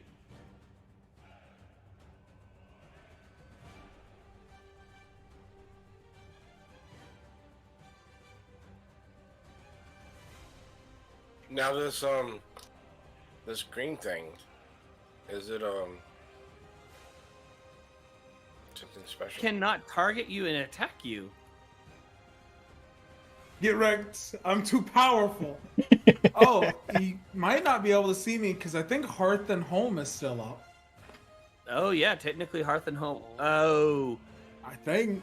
Is that a concentration spell? No, it's not. No, it goes It's until not the rest ends. Concentration. Yeah, so technically it would still be up. So yeah, he can't see you, so he attacks Hotak. Mm. Why is that? Eat that dickhead. What is going on? Well, I mean, this box right here. I mean, That's my Conjure alarm. Lightning probably should go off because I think that's Oh, a. that's your alarm. Oh, that's your alarm? What's Oh. going on? Hey, Mary, you know that we're under attack. Yeah, there's an audible ring when it walks through it, and it's like, yeah, we're under attack. By Okay, walk through, you mean Oh, spawn nice. inside. what is going on? This is like weird. Maybe redrag your elemental. Do you have a type to set for it? Set it as an NPC or set it as a... No, that's it. It's Is it targeting anybody besides? let me go ahead and pull it back out. Or does it need to be on the combat tracker? It was on the It combat was. tracker. Oh, that's super weird. Let me go ahead and redo its initiative. It was at a 7K. Skip. Skip.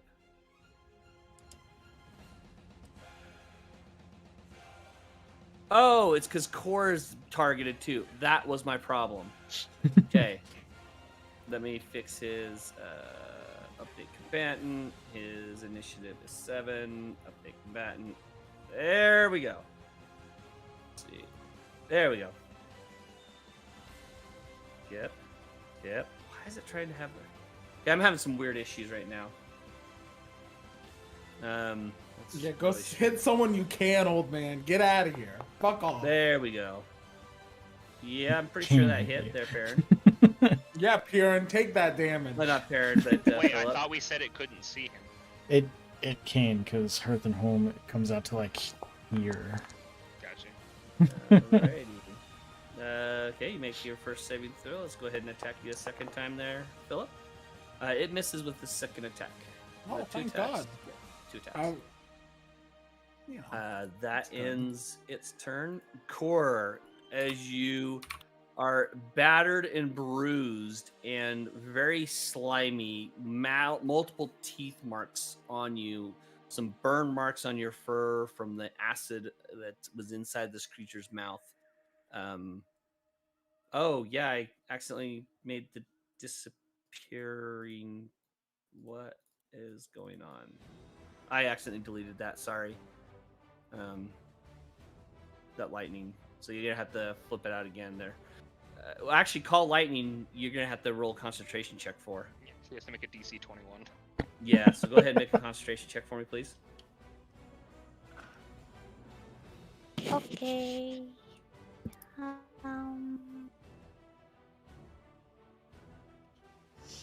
So basically, it's a Constitution saving throw. Wait. Well, but yeah. So How come I can't click my save? You might have to click Constitution, then Yeah, you saving click throw. click the word Oh, okay. Constitution.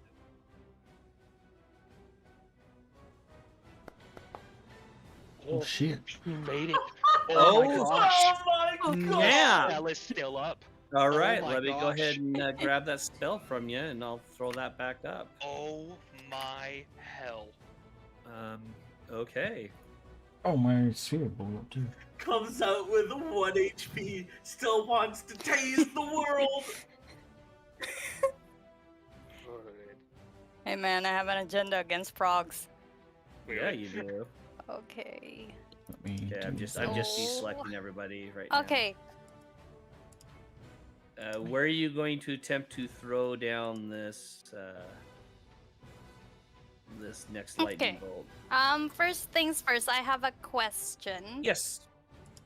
Cause I don't know. The one question I have is for call lightning. Mm-hmm. Oh, It cause it's is concentration shit. Right Never mind. here, ignore that. I'm going to use Yeah, you gotta remember Wait, any concentration so spell for that you Balm cast. of the Summer Court, yeah, it goes away if I cast Concentrate. another one. There we go. That's Okay. why. I'll go ahead and remove that. Question, because the wording for Balm of the Summer Court is any creature I can see. Does that count as myself? Does it say you can cast it on self? Here. Link it up real quick.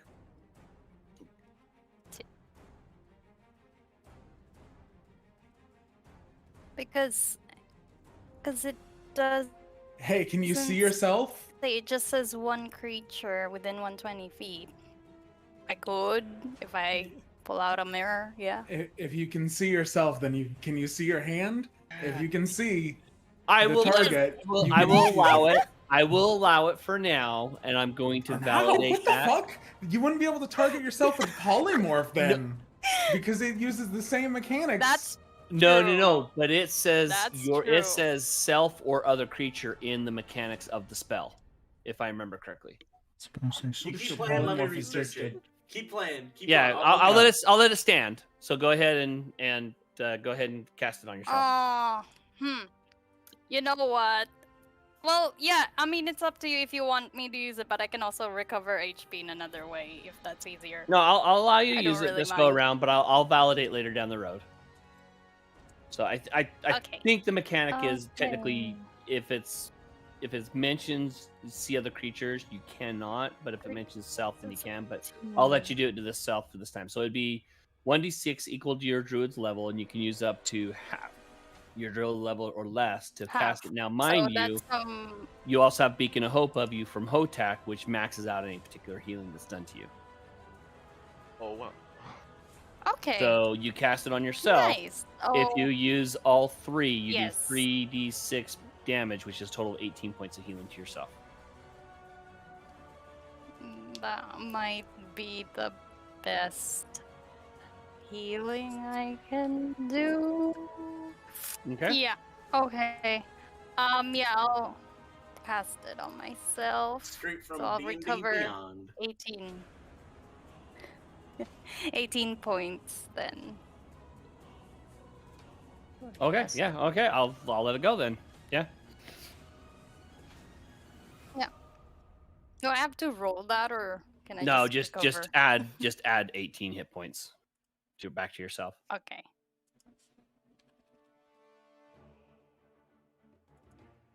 Yep, there you go. All right.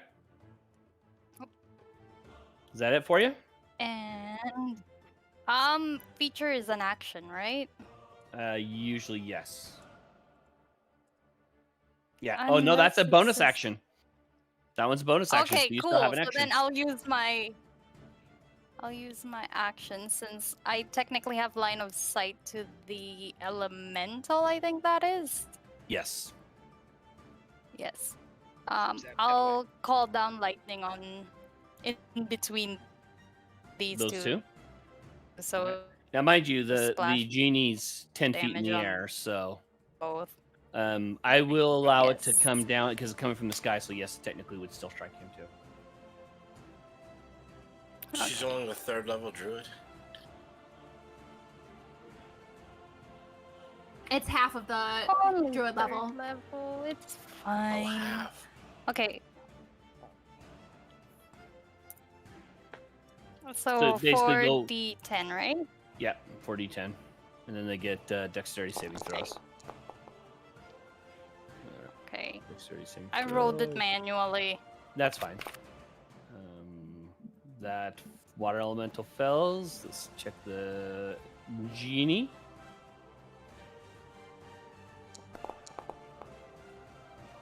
They both fail, so they both take the full 13 points of damage. Nice, not bad, not bad. Nice. Okay. And then she'll scoot a little further into the cavern. Okay, he did make his saving throw. I was gonna little say his concentration check. So Oh shit! Oh. He has to make con. And Oh, yes, that it is an innate is ability, but he still has end of concentration on it. All right.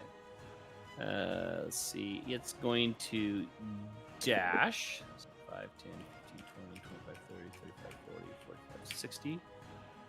And then he's going to leap.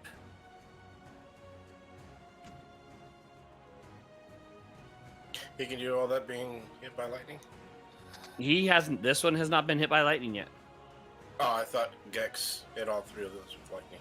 Nope. He hit the Not merit bad. and then the two froghemoths. I don't think he saw this one yet. What one? All right. There's a This fourth one right here. No, it's the third one. Yeah, Or I did you hit. hit all. I hit all 3 of these guys and that guy. Oh, okay. I Because did this one not. was Okay. with the Then he's right there sphere. then. Okay.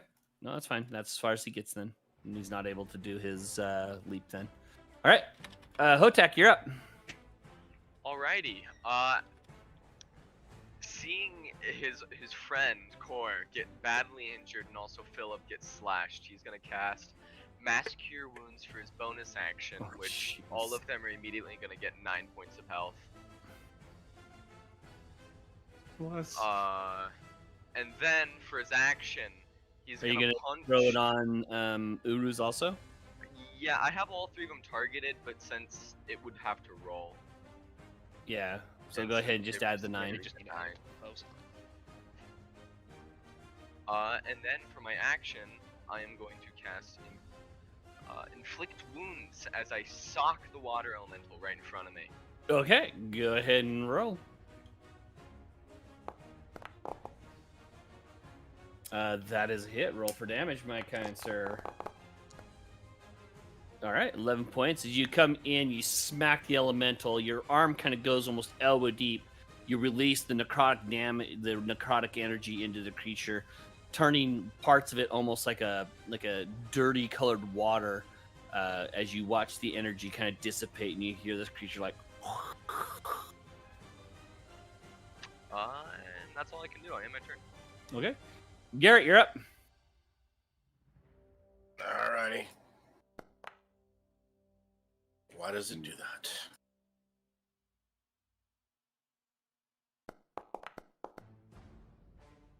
They roll for damage. All right. Make your second attack.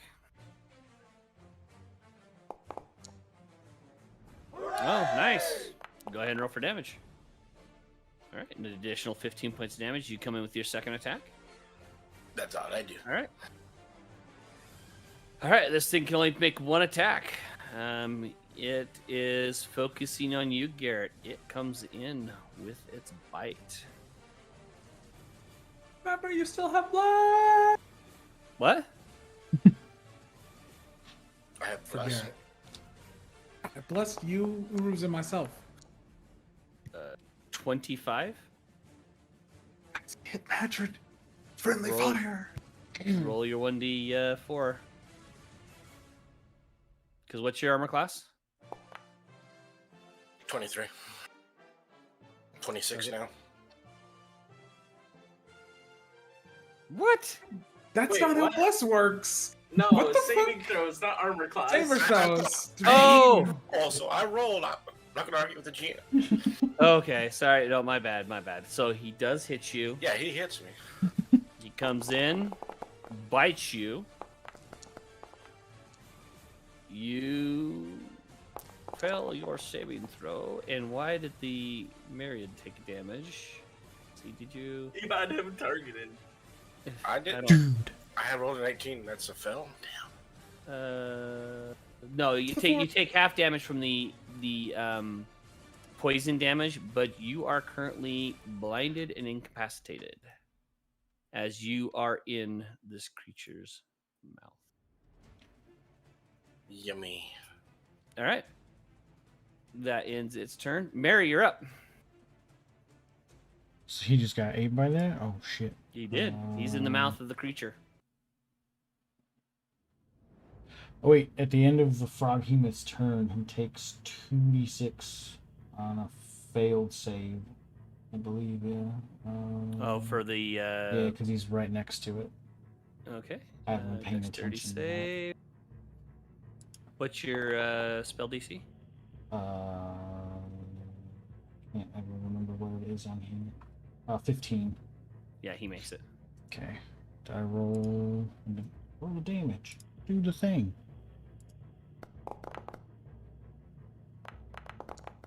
Oh, I have force a dexterity saving throw. Is it not showing the damage? That's super weird. Oh,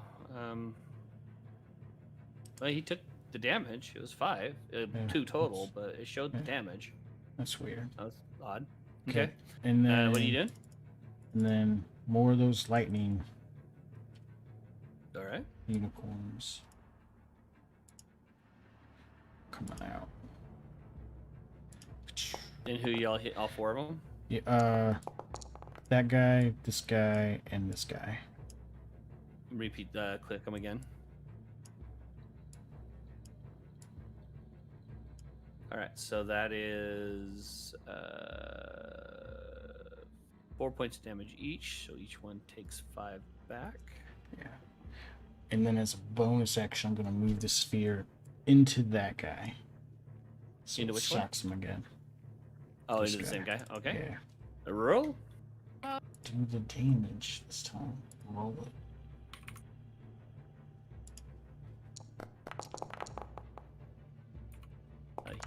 It actually already had him roll this. Okay.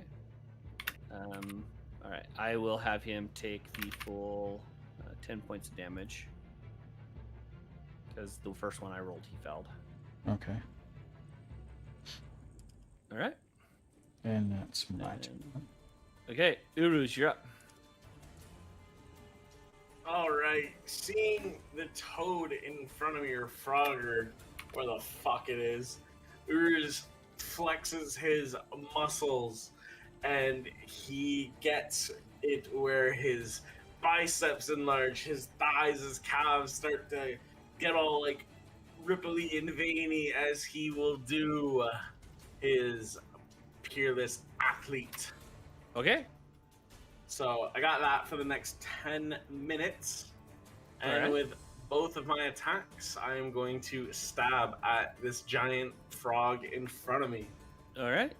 Go ahead and Make your attack. They're not at advantage anymore because he's Nope. eaten. That first attack's a miss. Roll your Well, that second. fucking sucks. Second one.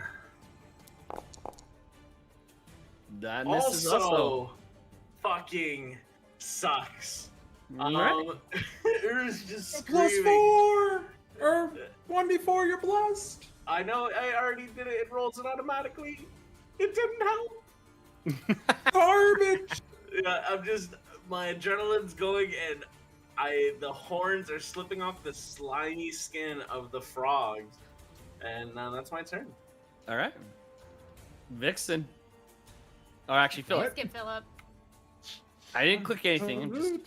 Philip, you're up. So rude. All right, I am going to cast blindness and deafness on Madrid. All right. Fuck this guy.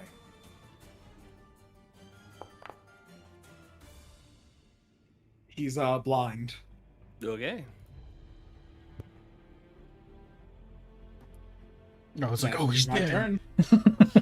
Okay. Vixen, you're up. Seeing the frog closest to her almost dead, she's gonna pop up from under the little dock thing. And she's gonna pull out a crossbow, which she has never pulled out before, but she's like, I think I know how to use this. I remember learning it once. And she's gonna fire this at him, Okay. and it should be a sneaky. I should have advantage, right? Oh, I meant to roll it an No, advantage. it's not an advantage because there's no you're not flanking anyone. Actually, it technically would be. Wait. So wouldn't roll it be again. Okay. It would be Roll it because again. I'm in range. Well, no, that feature doesn't come until later. So Oh, okay. it didn't look like it. Okay, no, it's there. Okay. So roll a second time. Sorry, I was trying What? to find the button again. Yeah, it still hits no matter what. So go ahead and roll All right, damage. and Within then 5 feet. how do I just add the d6? Yeah, so you'll just roll the damage. There's a way of figuring it out, and we can look at it once this combat's over. We'll look at it later this week. So go ahead and roll your damage. Oh, there, it added it for you. Yeah, I put it in the situational bonus. Oh, yeah, that works. So I'm gonna 9 kind of points. like jump. She's gonna like when she finishes, she's gonna be like, hee hee, I did it. And she's gonna kind of like duck back under the docks, and you hear her pop and say like, that was for you, Leaf. All right, go ahead and. Are you gonna re-stealth? Oh yes, I sneak back under the dock and All right, stealth go ahead and by. give me another stealth check. Because you are in the heat of combat, so it does require an active stealth check. So. Okay, duly noted. All right, is that it? Yeah. Okay, it's this guy's turn. 5. Oh, it is this guy's turn. 5, 10. Gets to right there. Perrin, Philip, he sees you. He is going to. He's gonna bite attack you. They're hungry. Oh, and he misses. You see this massive maw come down, slams the dirt right next to you as you quickly, kind of deftly step to the one side. And I that blinded ends your his turn. boss, bitch. I'll do the same to you. All right, Perrin, you're up. Perrin is going to skirt his way out of the tunnel now. Okay. Because I still have my flight active, so it was 5, 10, 15, and then I'm gonna shoot 15 feet up into the air. Okay. And I am going to, as I start flying up, I hover 2 stones up. As I start flying, grab onto both of them, and I'm going to smack the genie. Okay. Eldritch Blast. Make your attack rolls. That's The unfortunate. first Eldritch Blast shoots over his shoulder.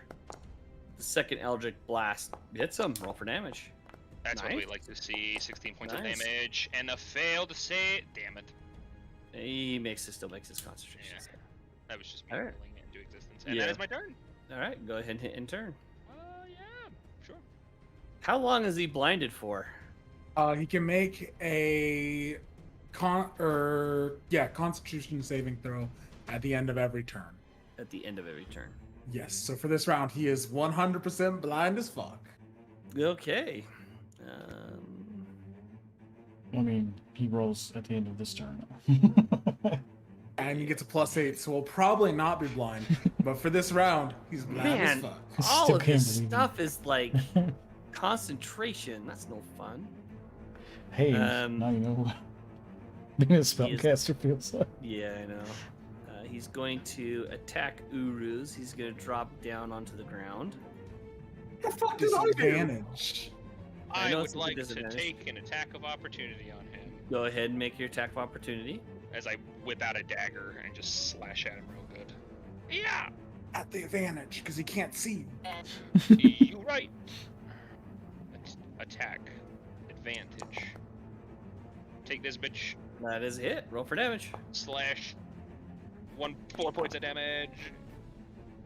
Almost And fails. he still makes a saving throw, though. His concentration check. As he looks at you, I should say, as he blindly lashes out at you, Uruz. That's a disadvantage. Yes, I know it's at a disadvantage. Advantage, because he's blind as fuck. Fuck this dude. He whips out his trident that he's been holding this whole time. Trident. Oh wait, sorry, at the disadvantage. Let me roll a second time. He's Uruz got a lot- out-triding him. A lot to plus. Oh. He does miss. He misses. He misses. Blindness mattered. And now he gets another Constitution saving throw. Yep. DC a number. DC a number. Oh, son of That's a- still a failure, so he's Yes, still that is a failure. blind. He is still blind. Fucking Okay. loser. It's the water elemental's turn. He's going to lash out at Hotak at this point. First attack. That is a hit. Oh wait, that was not on he's trying Uruz. to Uruz. Sorry, No, Uruz. God. Add that 17 back in, Uruz. Why does old man hate me? Add that 17 back into you, Uruz. He attacks the second time on you there, Hotak. That my is gosh. a hit also. You I take really an wish lightning damage is additional on the water 12 element. points of damage. And that ends his turn. Cora, you're up.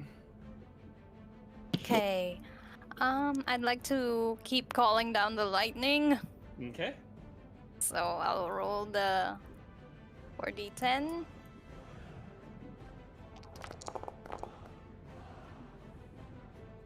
This is copyrighted. What's music. your 15. oh Dex. yeah. Yeah, I know. He fails, so he takes 33 points of damage. Those are 3 10s in a row? What the fuck? He does make his Constitution saving throw, his concentration spell throw though. Insane? And then this guy's dexterity saving throw. Wait, that's the wrong character sheet.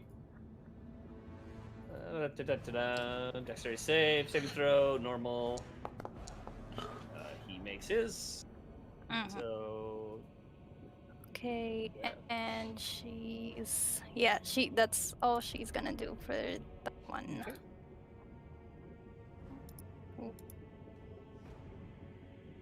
all right. It's the other froghemoths. I just moved the wrong character.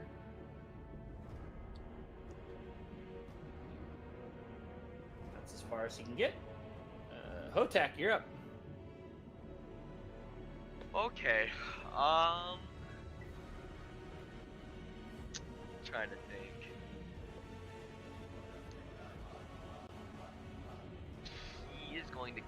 He's going to once again punch the water elemental, casting inflict wounds at the 2nd level. Okay. Make your attack roll.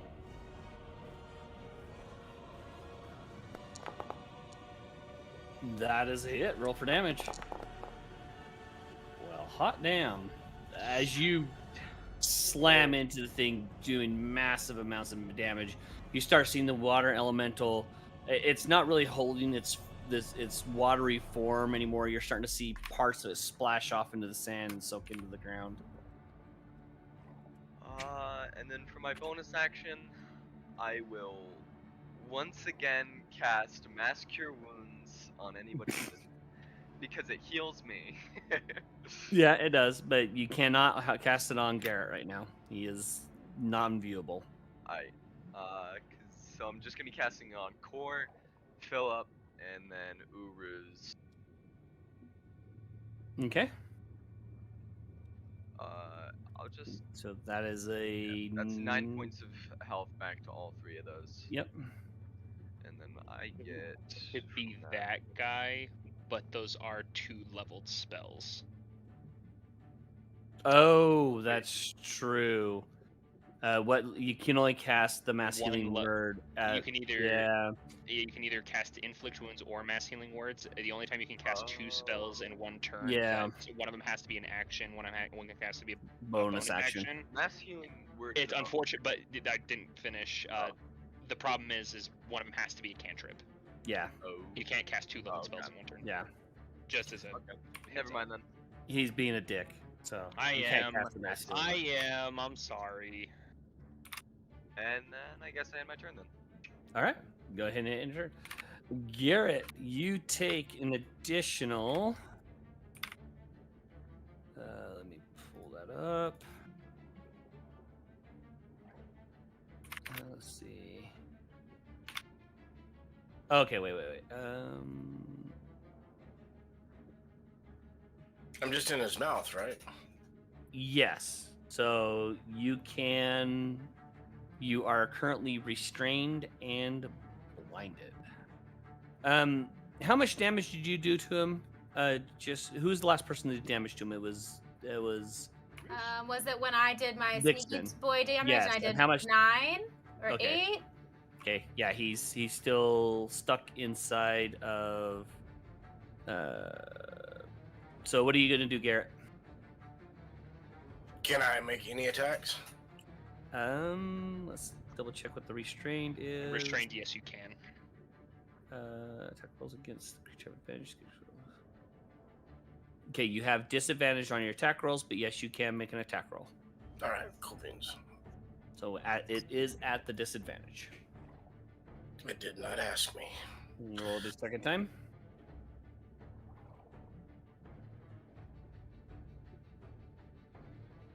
That is a miss. It's got your arms pinned to its side, and you can't break it free.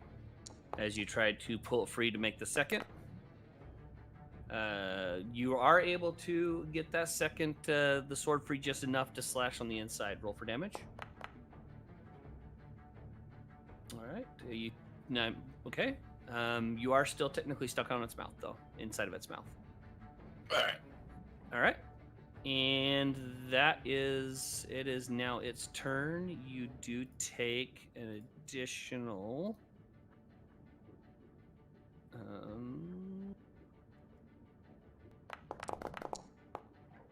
11 points damage. Go ahead and did it subtract that automatically off of you? No, it did not. Oh, go ahead. All right. That it's going to now make a bite attack against Uruz. Bring it.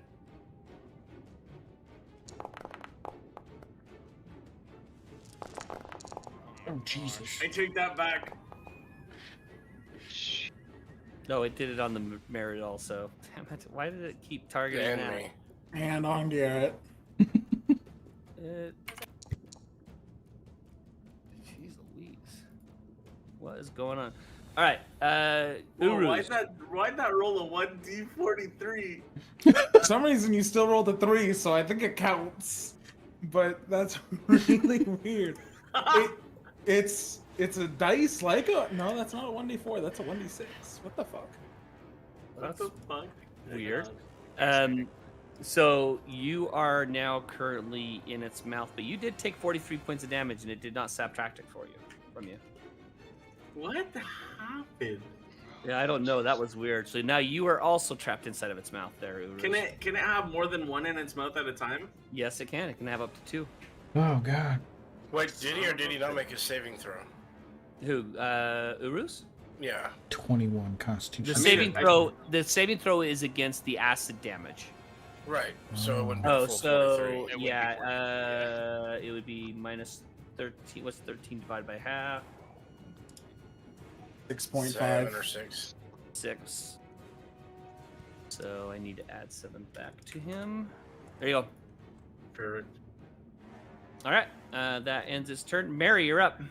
So what's up? Froghemoth didn't move. He takes damage. So, Go ahead and have it roll his damage. Did it go? Didn't go. Dude's been a near death for the last 3 hits on him. That There it hits. Roll for goes. damage. How much damage is that total? 10. The It lightning now damage. collapses to the ground. But Uruz and Garrett are still stuck in its mouth. Oh, its body's still there. Oh no. How high would you say the body goes up? Probably about 8 And to it's- 9 feet. Damn, okay. I'll use my bonus action to move. Okay, what's happening? No, just move You this. got to make thing. sure you select the template Yeah. button, so you hit the template stuff, and then you can pick it up and move it. 5, 10, 15 to like here. oh god, old man, pull me back to the map. I misclicked. No, you're fine. You're fine. I'll play back. And that's all I can do because it only goes in straight lines. And then I'll use I'm going to go ahead and configure this to where you guys can pull to the map if necessary. If you guys magic need missile at the 2nd level because I will not become a renegade. And I send out Follows the law. 4 lightning unicorn Murder. things. 1 to each of them. that. Okay. So that's 2 points of damage to each one of them. Yeah. All right. What did Ooze Why is roll? Uru's making a... I Stop didn't. cheating with your I'm 1d43. trying to figure out where that's coming from. You psychopath. Yeah, All it right, hits each of them, and then that's the end of my turn. Okay. Uruz, you're up. Within the dead mouth, I feel it go slack. You do. And I pull myself free, whatever movement that takes. But before you are able to do that, you do take additional 17 points of damage. I'll make a making a Constitution saving throw though. All right, here's my 1d43. Let's go! Nice. Yeah, no, that's not a 64. I still is rolled. it- I rolled a 19. 19. I would have it's beat gonna be it 21. Yeah, you because it'd be Why 2. did I it don't know what that say- 2's from, but I also get a +3 from my paladin aura. I Alright, think so you- Bless you is only broken. take- Yeah, I think you're. Yeah, I'm gonna try fix and bless after. Yeah. All right, so you only take 8 points damage. Okay. Yeah, I take that. I look around. I see the guy next to me that tried striking me with the trident. Mm-hmm. How he looks one size larger than me, correct? Yes, he is large. I slip around behind and I take both of my hands and I try locking it behind his arms to get him in a full Nelson. I'm gonna try to grapple him. Okay, make a Athletics. Athletics, yeah. And it's advantage because I'm peerless athlete right Yep. now.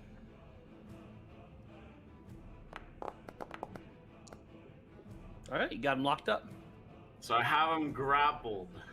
Mm-hmm. And I'm holding him down with all my weight, and I look to the group and I go, "Now's your chance, hit him!" And Okay. I think a grapple takes my full action. Like I don't get a second attack. Right? Nope, you don't. It's your full Okay. action. Oh, you no Um, longer are blinded or incapacitated too. Yeah, I'll take that off. But yeah, Just pick it that up, is my turn. Okay, Philip, you're up. All right. I don't really have attack roll abilities, but I do know this frog dude being this close to me is scary. So I'm going to use what is it? It's the what the fuck? Where is it? Unsettling words. That's an ability. What, So I what use ability is that? I use one of my bardic inspirations to impose a 1d8 on saving throws versus this frogman. Okay. And then I'm gonna use dissonant whispers because I don't like him being this close to me. Okay. And he Well, he fails. plus, because fuck this dude. He gets a 2. He uses his reaction to run away from me. Yep. 1, 2. That's as far as he gets. All Because right. he is half movement right now. From all the electrical damage that good old Mary's doing. And I'm Good just for gonna Mary. back into this corner and hide. All right, Vixen, you're up. Feeling unsure if she wants to attack or heal. She looks between big guy over here. You don't see Garrett right now. He's Um, still trapped inside the creature's mouth. Okay, Garrett's out of sight, out of mind. And Udi seems like he's all good with fighting, so I'm gonna charge in. I'm gonna lose my cover and realize that, oh man, I thought I was sneaky, but I'm not sneaky because this giant mace is made of metal and stupidly loud and stupid. And that's why I'm looking for, yeah. And I'm gonna try to melee his face. Except I didn't move myself because I can't see myself. You're missing. I don't see you either. Oh, I see me now. Yeah, and I'm gonna right there's good spot. Melee his face, That is a miss. and it's not an advantage because he's grappled, right? It would not be. Oh no, it is. It would be. Is All right, I'm gonna at the roll it one more advantage. time. That is a That hit. looks a lot better. And Roll for with damage. that, I'm gonna add in my necrotic damage, Okay. which, if I recall correctly, is 5 plus twice my level, so an extra 15. Okay, roll for damage.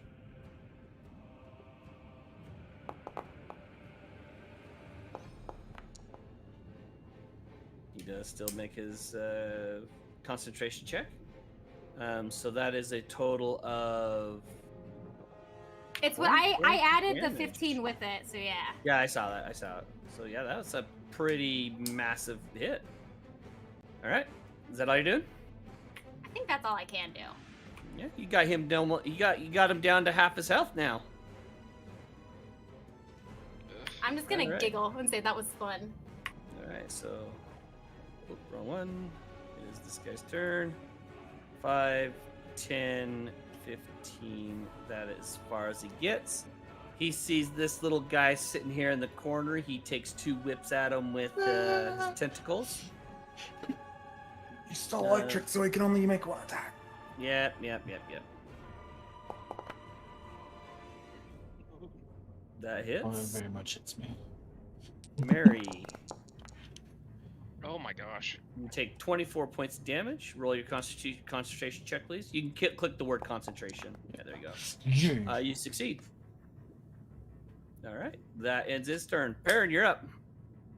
Perrin, 15 feet in the air, is going to fly to right here. Mhm. It's gonna go down 1, and as he's kind of like hovering in the air, he kind of sits there, and as he goes to cast his spell, oh, nice.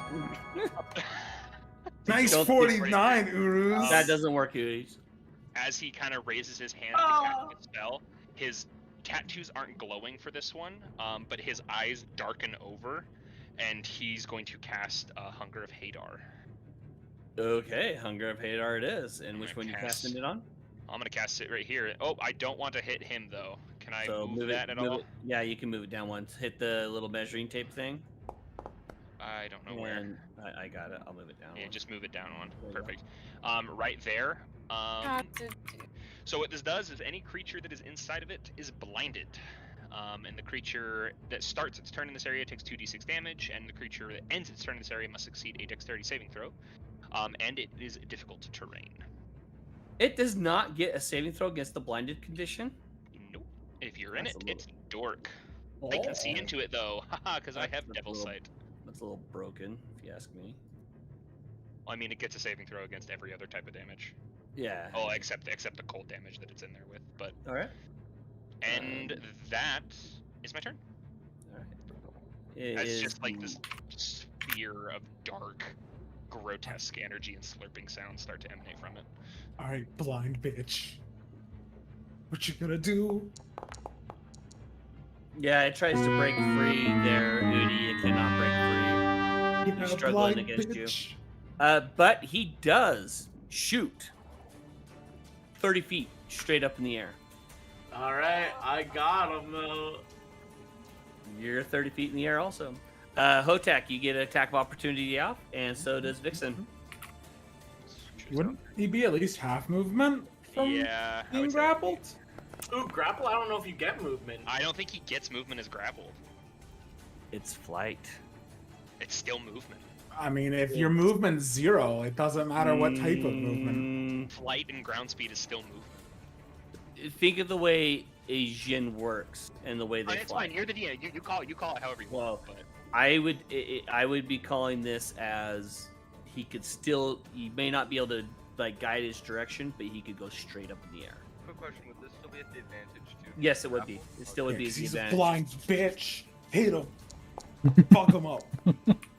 Can I do a ranged attack or Nah. no? Does it have to be melee? It would be a melee attack. If you try to Okay. ranged, it would be disadvantage. All right, that hits. Oh, nope, that didn't hit either. Okay, neither one of them hit. No, mine says it no, hit. his Yeah, no. hits. So I re-rolled because I needed to get it at the advantage. She hit. Oh, okay. So go ahead and roll damage on yours there, Vixen. And I can't add. Can I add? I don't think I can add my necrotic damage again. Can I? No, What's the no, wording? that's once per turn. No, it doesn't say per turn. It says when the cleric hits a creature with a melee attack, Then it does. the cleric it can use does. channel divinity to deal extra necrotic damage to the target. The damage equals Oh. 5 plus his or her. Yeah, you Yep. technically could. Yep. Yeah, you blind bitch. I lost my. Fuck 'em Oh, up. where's the damage button? Imagine getting beat to death while you're blinded, but you're supposed to be some powerful dick. Oh, eat it! Succeeds. Okay, it takes an additional 20 points of damage, which it Loves to eat removed. the Constitution, but he still ain't shit. Yep. All right. That ends his turn. It's the water elemental's turn. Seeing this small little creature in front of it that just attacked its master, Come at me. it is going to make 2 attacks at you. In a butthole. Stop it. First one is a miss. Oh my hell! Second one's a miss. All right. Bro, That These Yeah, elementals Vixen just audibly explode. bursts out in shrieks of laughter. Okay. Core, you're up. Fuck up the blind dude. Blind dude. Okay. So she will. I don't actually know what the length of this spell is. Of your chain lightning, your Yeah, it's 1 it's- minute, right? It's 1 minute, so that's a total of 10 It's still rounds. going. It's still going. We're only we're only at Fantastic. round 4. Fantastic. Yeah, Fun she's fact, going to keep using her action to call it down. Edge it away from Hotak, I think. Technically, Hotak. Udi and the Oh, Uni are in the yes. same space, so just to can't let you know. Ah. Yeah, you technically oh. wouldn't. Well, you just know that the Jin went straight up, so you really even can't see the Jin at this point. Okay. Yeah, you're right. I'll just target the elemental then. Okay, go ahead and make the attack.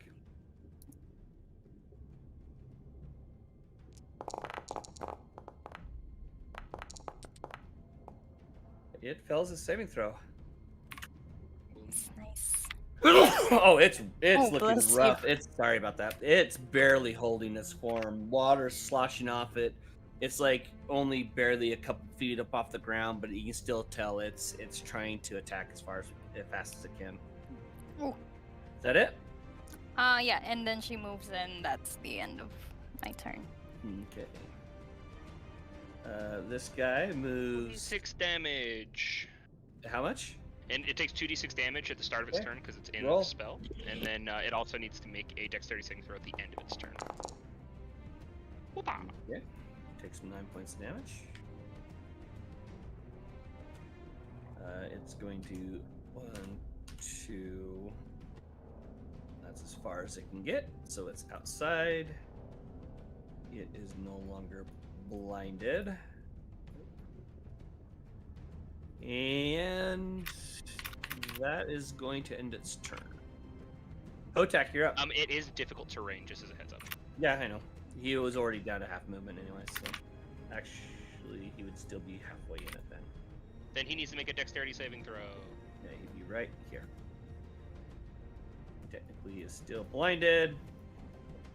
And what's the dexterity saving throw for? The dexterity saving throw is to see if it's going to take acid damage, and it passes. Yeah, he's fine. All right, Hotak, you're up. Alrighty. I am once again, actually, asking for your financial support.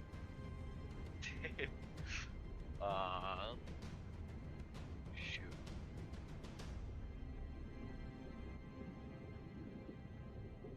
Does Guiding Bolt do splash damage at all? No.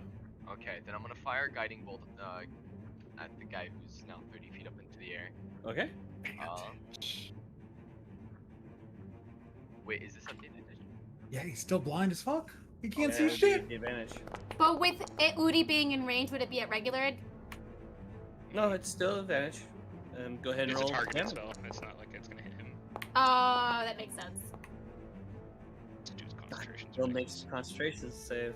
Okay, and then before I end my turn, I'm gonna use my Channel Divinity to get back 1 spell slot. That's my Okay. bonus action. All right. And then on my turn. Okay, Garrett, it's your turn. What you doing? Oh wait. I am going to crawl out of the mouth. All right, you still technically take. Now, didn't Udi already open it for me? It's still you're still technically inside of its mouth, so you still take an additional 9 points of damage. Damage, unfortunate. Yeah. Can he take half with a save? Yes. Then. Yeah. No, it's technically because that does not provide a saving throw. And it's acid damage. Yeah, no saving throw. Okay, but you're no longer blinded or restrained. So. No, Right. I can't get that guy. I'll just attack the Water elemental. Okay, make your attack roll. That is a hit. Roll for damage. As you bring your sword up, you swing it down and around, smacking the last of it. You look where its face kind of comes up out of the watery void, hitting the face, splashing it across the ground as the creature seeps down into the low ground. Nice. I Good job. am then. Good job.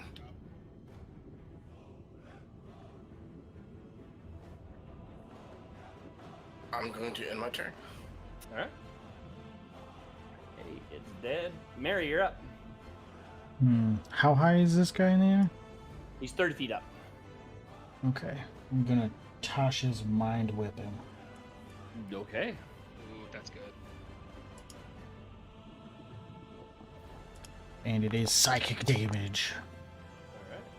Oh. Such shitty rolls. He makes his saving throw. Still takes 5 points though. Yep, does take 5 points damage. No, he fails the int save. He passes the con save. Oh, what's the end save? He rolled. do? The int save. Gex, what's the int save do?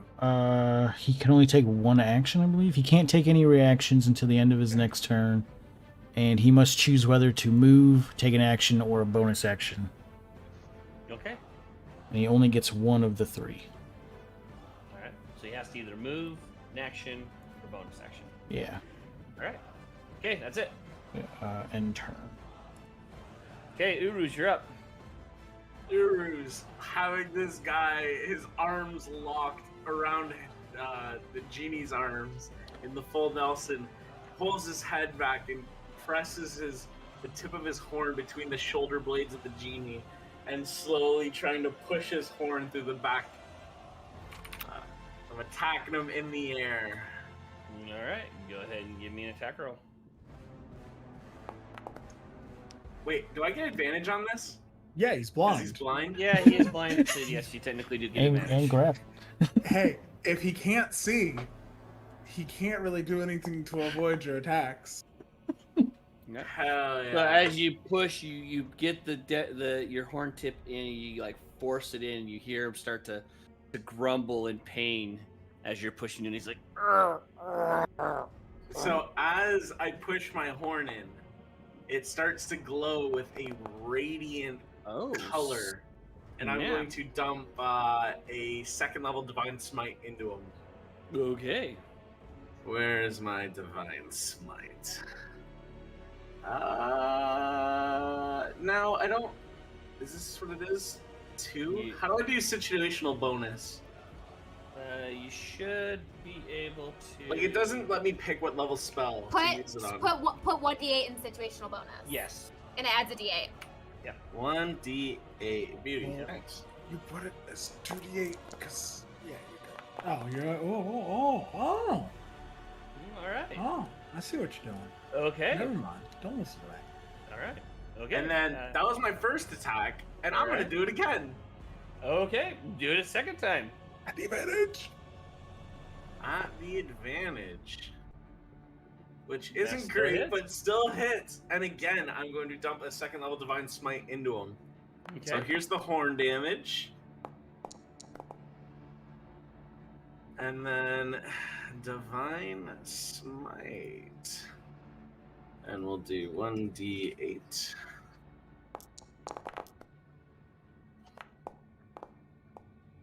Okay. And as you- go ahead. As you do that, you hear him even grunt in even more pain, and he's like, "Enough."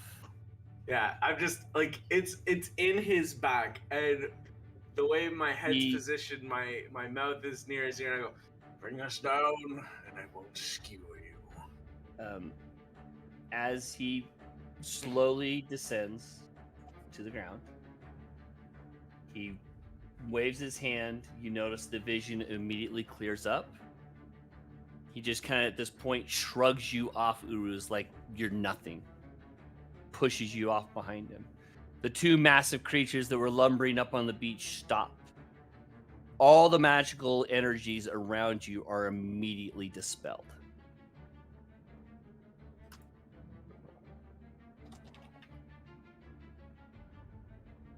He looks over at you, Perrin. Goes, "Interesting, little one.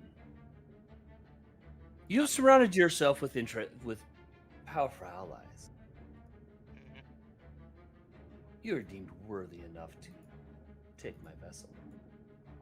Okay. Please, in the cavern behind you, you shall find it. Take it and continue on your little rest for the night and the adventures tomorrow."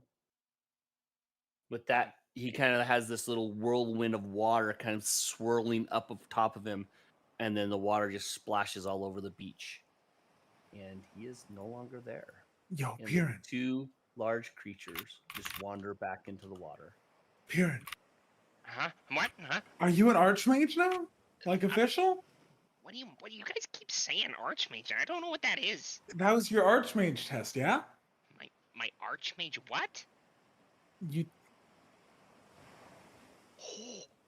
What the fuck? That's a lot of experience. Oh, damn. You keep saying That's like Archmage. One second, I gotta go grab something. And Perrin takes off into the cavern. Okay. As you kick into the cavern, you see it's full of like multiple items all over the place. Crates and stuff like that, full of random items. But there in this, we're in this back table back here in this back corner, you see a chest next to that table. Perrin looks at it and grabs onto it and throws it open. As you throw open the entry, the chest, there you see a jug. Looks like a water jug, probably fit for. It almost looks like it's designed for serving of majestic individual. It's fit for a king almost. On the sides, you see intricate carvings of waves and clouds and weather, and it almost shifts as you kind of turn it around as you're looking at it. As you kind of look at it even more, you do feel comfortably attached to this item. Perrin will kind of take it and hug it a little bit, and then attach it firmly to his belt. All right, you have this. It has all the. Let me go ahead and import that and then drop it into your inventory. Julio. All right, let's see. Import item. Items. Open importer.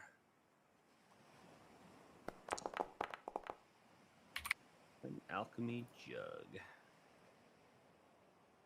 Come on, importer. There we go. And let me open the character sheet. Inventory, drag and drop. Yes. All right, you have an alchemy jug inside of your inventory. Oh wait, that's dope. Yep, it acts just like a normal alchemy jug. Hell yeah, and it's a genie vessel. Dope. So now you have 3 of your 4 vessels you've been looking for. Do my tattoos change at all? They do. Above the fire tattoos there, you feel an intense, almost cold burn as the tattoos continue to extend. But instead of taking that flame look that goes, it extends up past your elbow, up to your shoulder, and up onto your neck. But it looks like scenes of waves crashing upon rock and everything like that. And then it burns into place with that cold, almost freezing, burning feeling. Aaron winces very much and falls to his knees for a little bit, kind of clutching his neck and his shoulders. And then after the pain subsides, he kind of takes a deep breath. And in your head, you hear, "Yes, drink in additional parts of my power, more." And it's not the voices. It's not of the other 3 voices you've heard. What? I don't get it. I don't understand what's going on. You'll find out soon. And Perrin stands up and kind of blinks away, kind of the pain, but also his vision was blurry, and he blinks it away and slowly turns around and notices Garrett in the same room. Be like, "Oh, hey, bud." What? And I just collapse on the little bed right there. Perrin will kind of chuckle a little bit and then run out to go rejoin the group. Okay.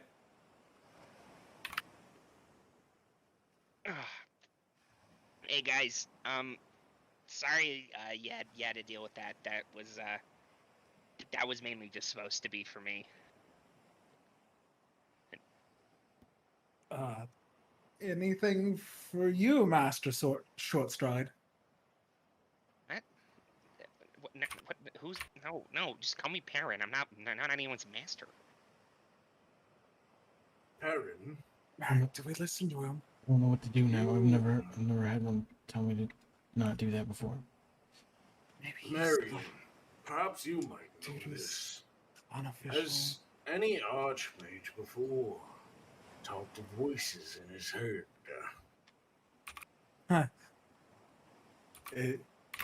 I don't know if Mary knows, but I've read many stories of insane archmages. Perrin, Magic. you could have told us. You know what? Magic goes to the Can pain. both you Right. and Mary make a history check for me, please? I assume you're referring to me. Both Perrin, Philip, and Mary. Sorry. Oh. Know everything about all things. Okay. I don't. Mary, you remember reading through your histories of roughly 300 to 400 years ago. of an individual by the name of Fistandantilus that was an extremely powerful archmage that exhibited similar powers to what you're seeing inside of Perrin. And what trickled that memory was Uru's asking you that question. And you vaguely remember this archmage that had the capability of casting elemental spells and doing unbelievable magical capabilities. But nobody really knew where the source of his powers came from. The last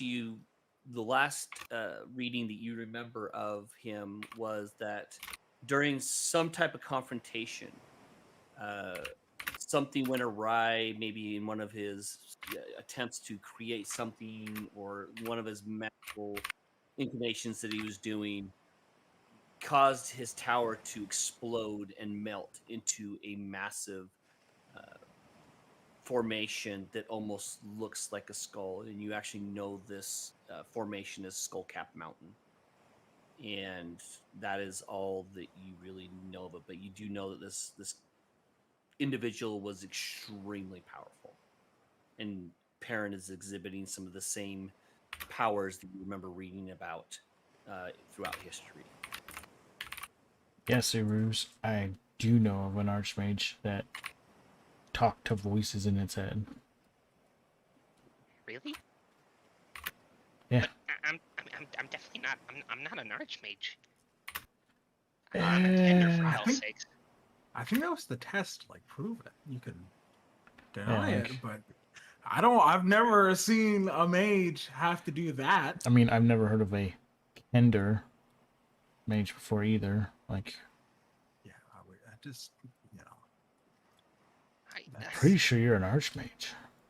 I mean, that's the only conclusion that we can reasonably come to. Like, I've Perrin just never kinda, seen that He weird just- thing with your rocks and hoopak thing. Perrin, as you're having this conversation, Cup stick. you hear, no, not an archmage. Nor is referred to as a warlock. Warlock? And I'll say that out loud as I kind of clutch my head listening to the voices and just like, A warlock? Do I hear him say warlock? Yes, you do. I come running out of the water. I'll be back, my child, and I come rushing over. All right. I'm not Philip? an archmage. I'm a What's a warlock? warlock? Philip's hand is going to go on Mary's shoulder and squeeze. What is a warlock? Very powerful. Like an archmage. Yeah, like a archmage. They're very strong there. Yeah. Very Vixen? strong. In your dealings, you remember the Gex. The Gex that is very mentioned inside of your book was a warlock. I once knew a warlock. You would marvel at the things he did. He actually made a deal with the devil. Good job. Perrin will start like taking off the top layer of his clothing to expose his arms and his bare chest, and he'll kind of show them the tattoos that have been kind of growing on him. And he looks at him and goes, I didn't have these before I pickpocketed this ring, and now they're just growing every time I collect one of these vessels. It feels Dude. strange for me to say any words of warning, but you may not want to go telling people that you're a warlock. Why not? I've read stories of them, and they're not, depending on whom they deal with, they're not widely accepted. Oh. But No. regardless, congratulations in your newfound power. I am sure you will use it well. I mean, Perrin quickly starts like putting his shirt and jacket back on. because, I mean, I'm not necessarily great. I'm a Kender and a Warlock, two things that aren't wanted. And then he'll shake that feeling off and look up and think- say, just start to apologize. You have I nothing think- to apologize for, little one. I think we all know the feeling of not being wanted. It seems to be a common theme in our group. And with that, ladies and gentlemen, we are going to call it a night. Did we just So- make up a group name? Are we the Unwanted? The Oh! Oh, that's That- so good. That is I like that name. You guys can decide if you want to keep it or not, Wow. but I actually love it. I think that is awesome. The Unwanted. That's If really you- freaking I good. like I think It- it fits every single fucking person. It does. It fits almost everybody. It fits Yeah. everybody. Yeah. Damn. Okay. There All you right. go. We The did Unwanted. it. So It took next 2 week, campaigns. the next week we will pick up on the adventures and misadventures of the Unwanted. I'm gonna go ahead and sign off from my stream, guys. I'll be right back. Give me just a few minutes. There's gonna be a lot of tavern chat. Oh shit! Oh Not yeah, even the Perrin, one you got a that lot said of it. fucking you got a lot of answers, Perrin. I have a lot of answers. I know. You have a lot of questions coming. So, Oh, I love it. What a fat So- Perrin lore drop tonight. Oh so gosh, I wasn't Udi, expecting you're that. gonna have to watch a VOD because old man gave a huge long spiel while you said, "Be right back." Yeah, there's a lot. A lot just went down. Shit! Oh, no. but- It but was basically, just I heard, so like, loud. Yeah. I've heard of a archmage I that heard that. I heard had that. voices a lot like Piran. His name was Fistandantilus. And But he blew up I his have tower no idea. on Mount Skull Skull. something. Yeah, Yeah, it but is I don't know Mount what a Today. warlock is. I just assumed he was an archmage that got really strong powers from Oh something. yeah, and it is outed that I am a warlock, not an archmage. Yeah. Yeah, I just And- heard you say that as we came back. And I don't know what a Yeah. warlock is. Yeah, I have a whole book about other planetary stuff that I've never talked about. But me and Mary are gonna have a nice fireside chat. Yeah, Amazing. Oh, I love it. I love it all. I love how. Wow, that I fight was love that. difficult. I miss that. Bro. Yeah. I was waiting. Yeah. I wanted a frog to scoop me, and I was gonna vampiric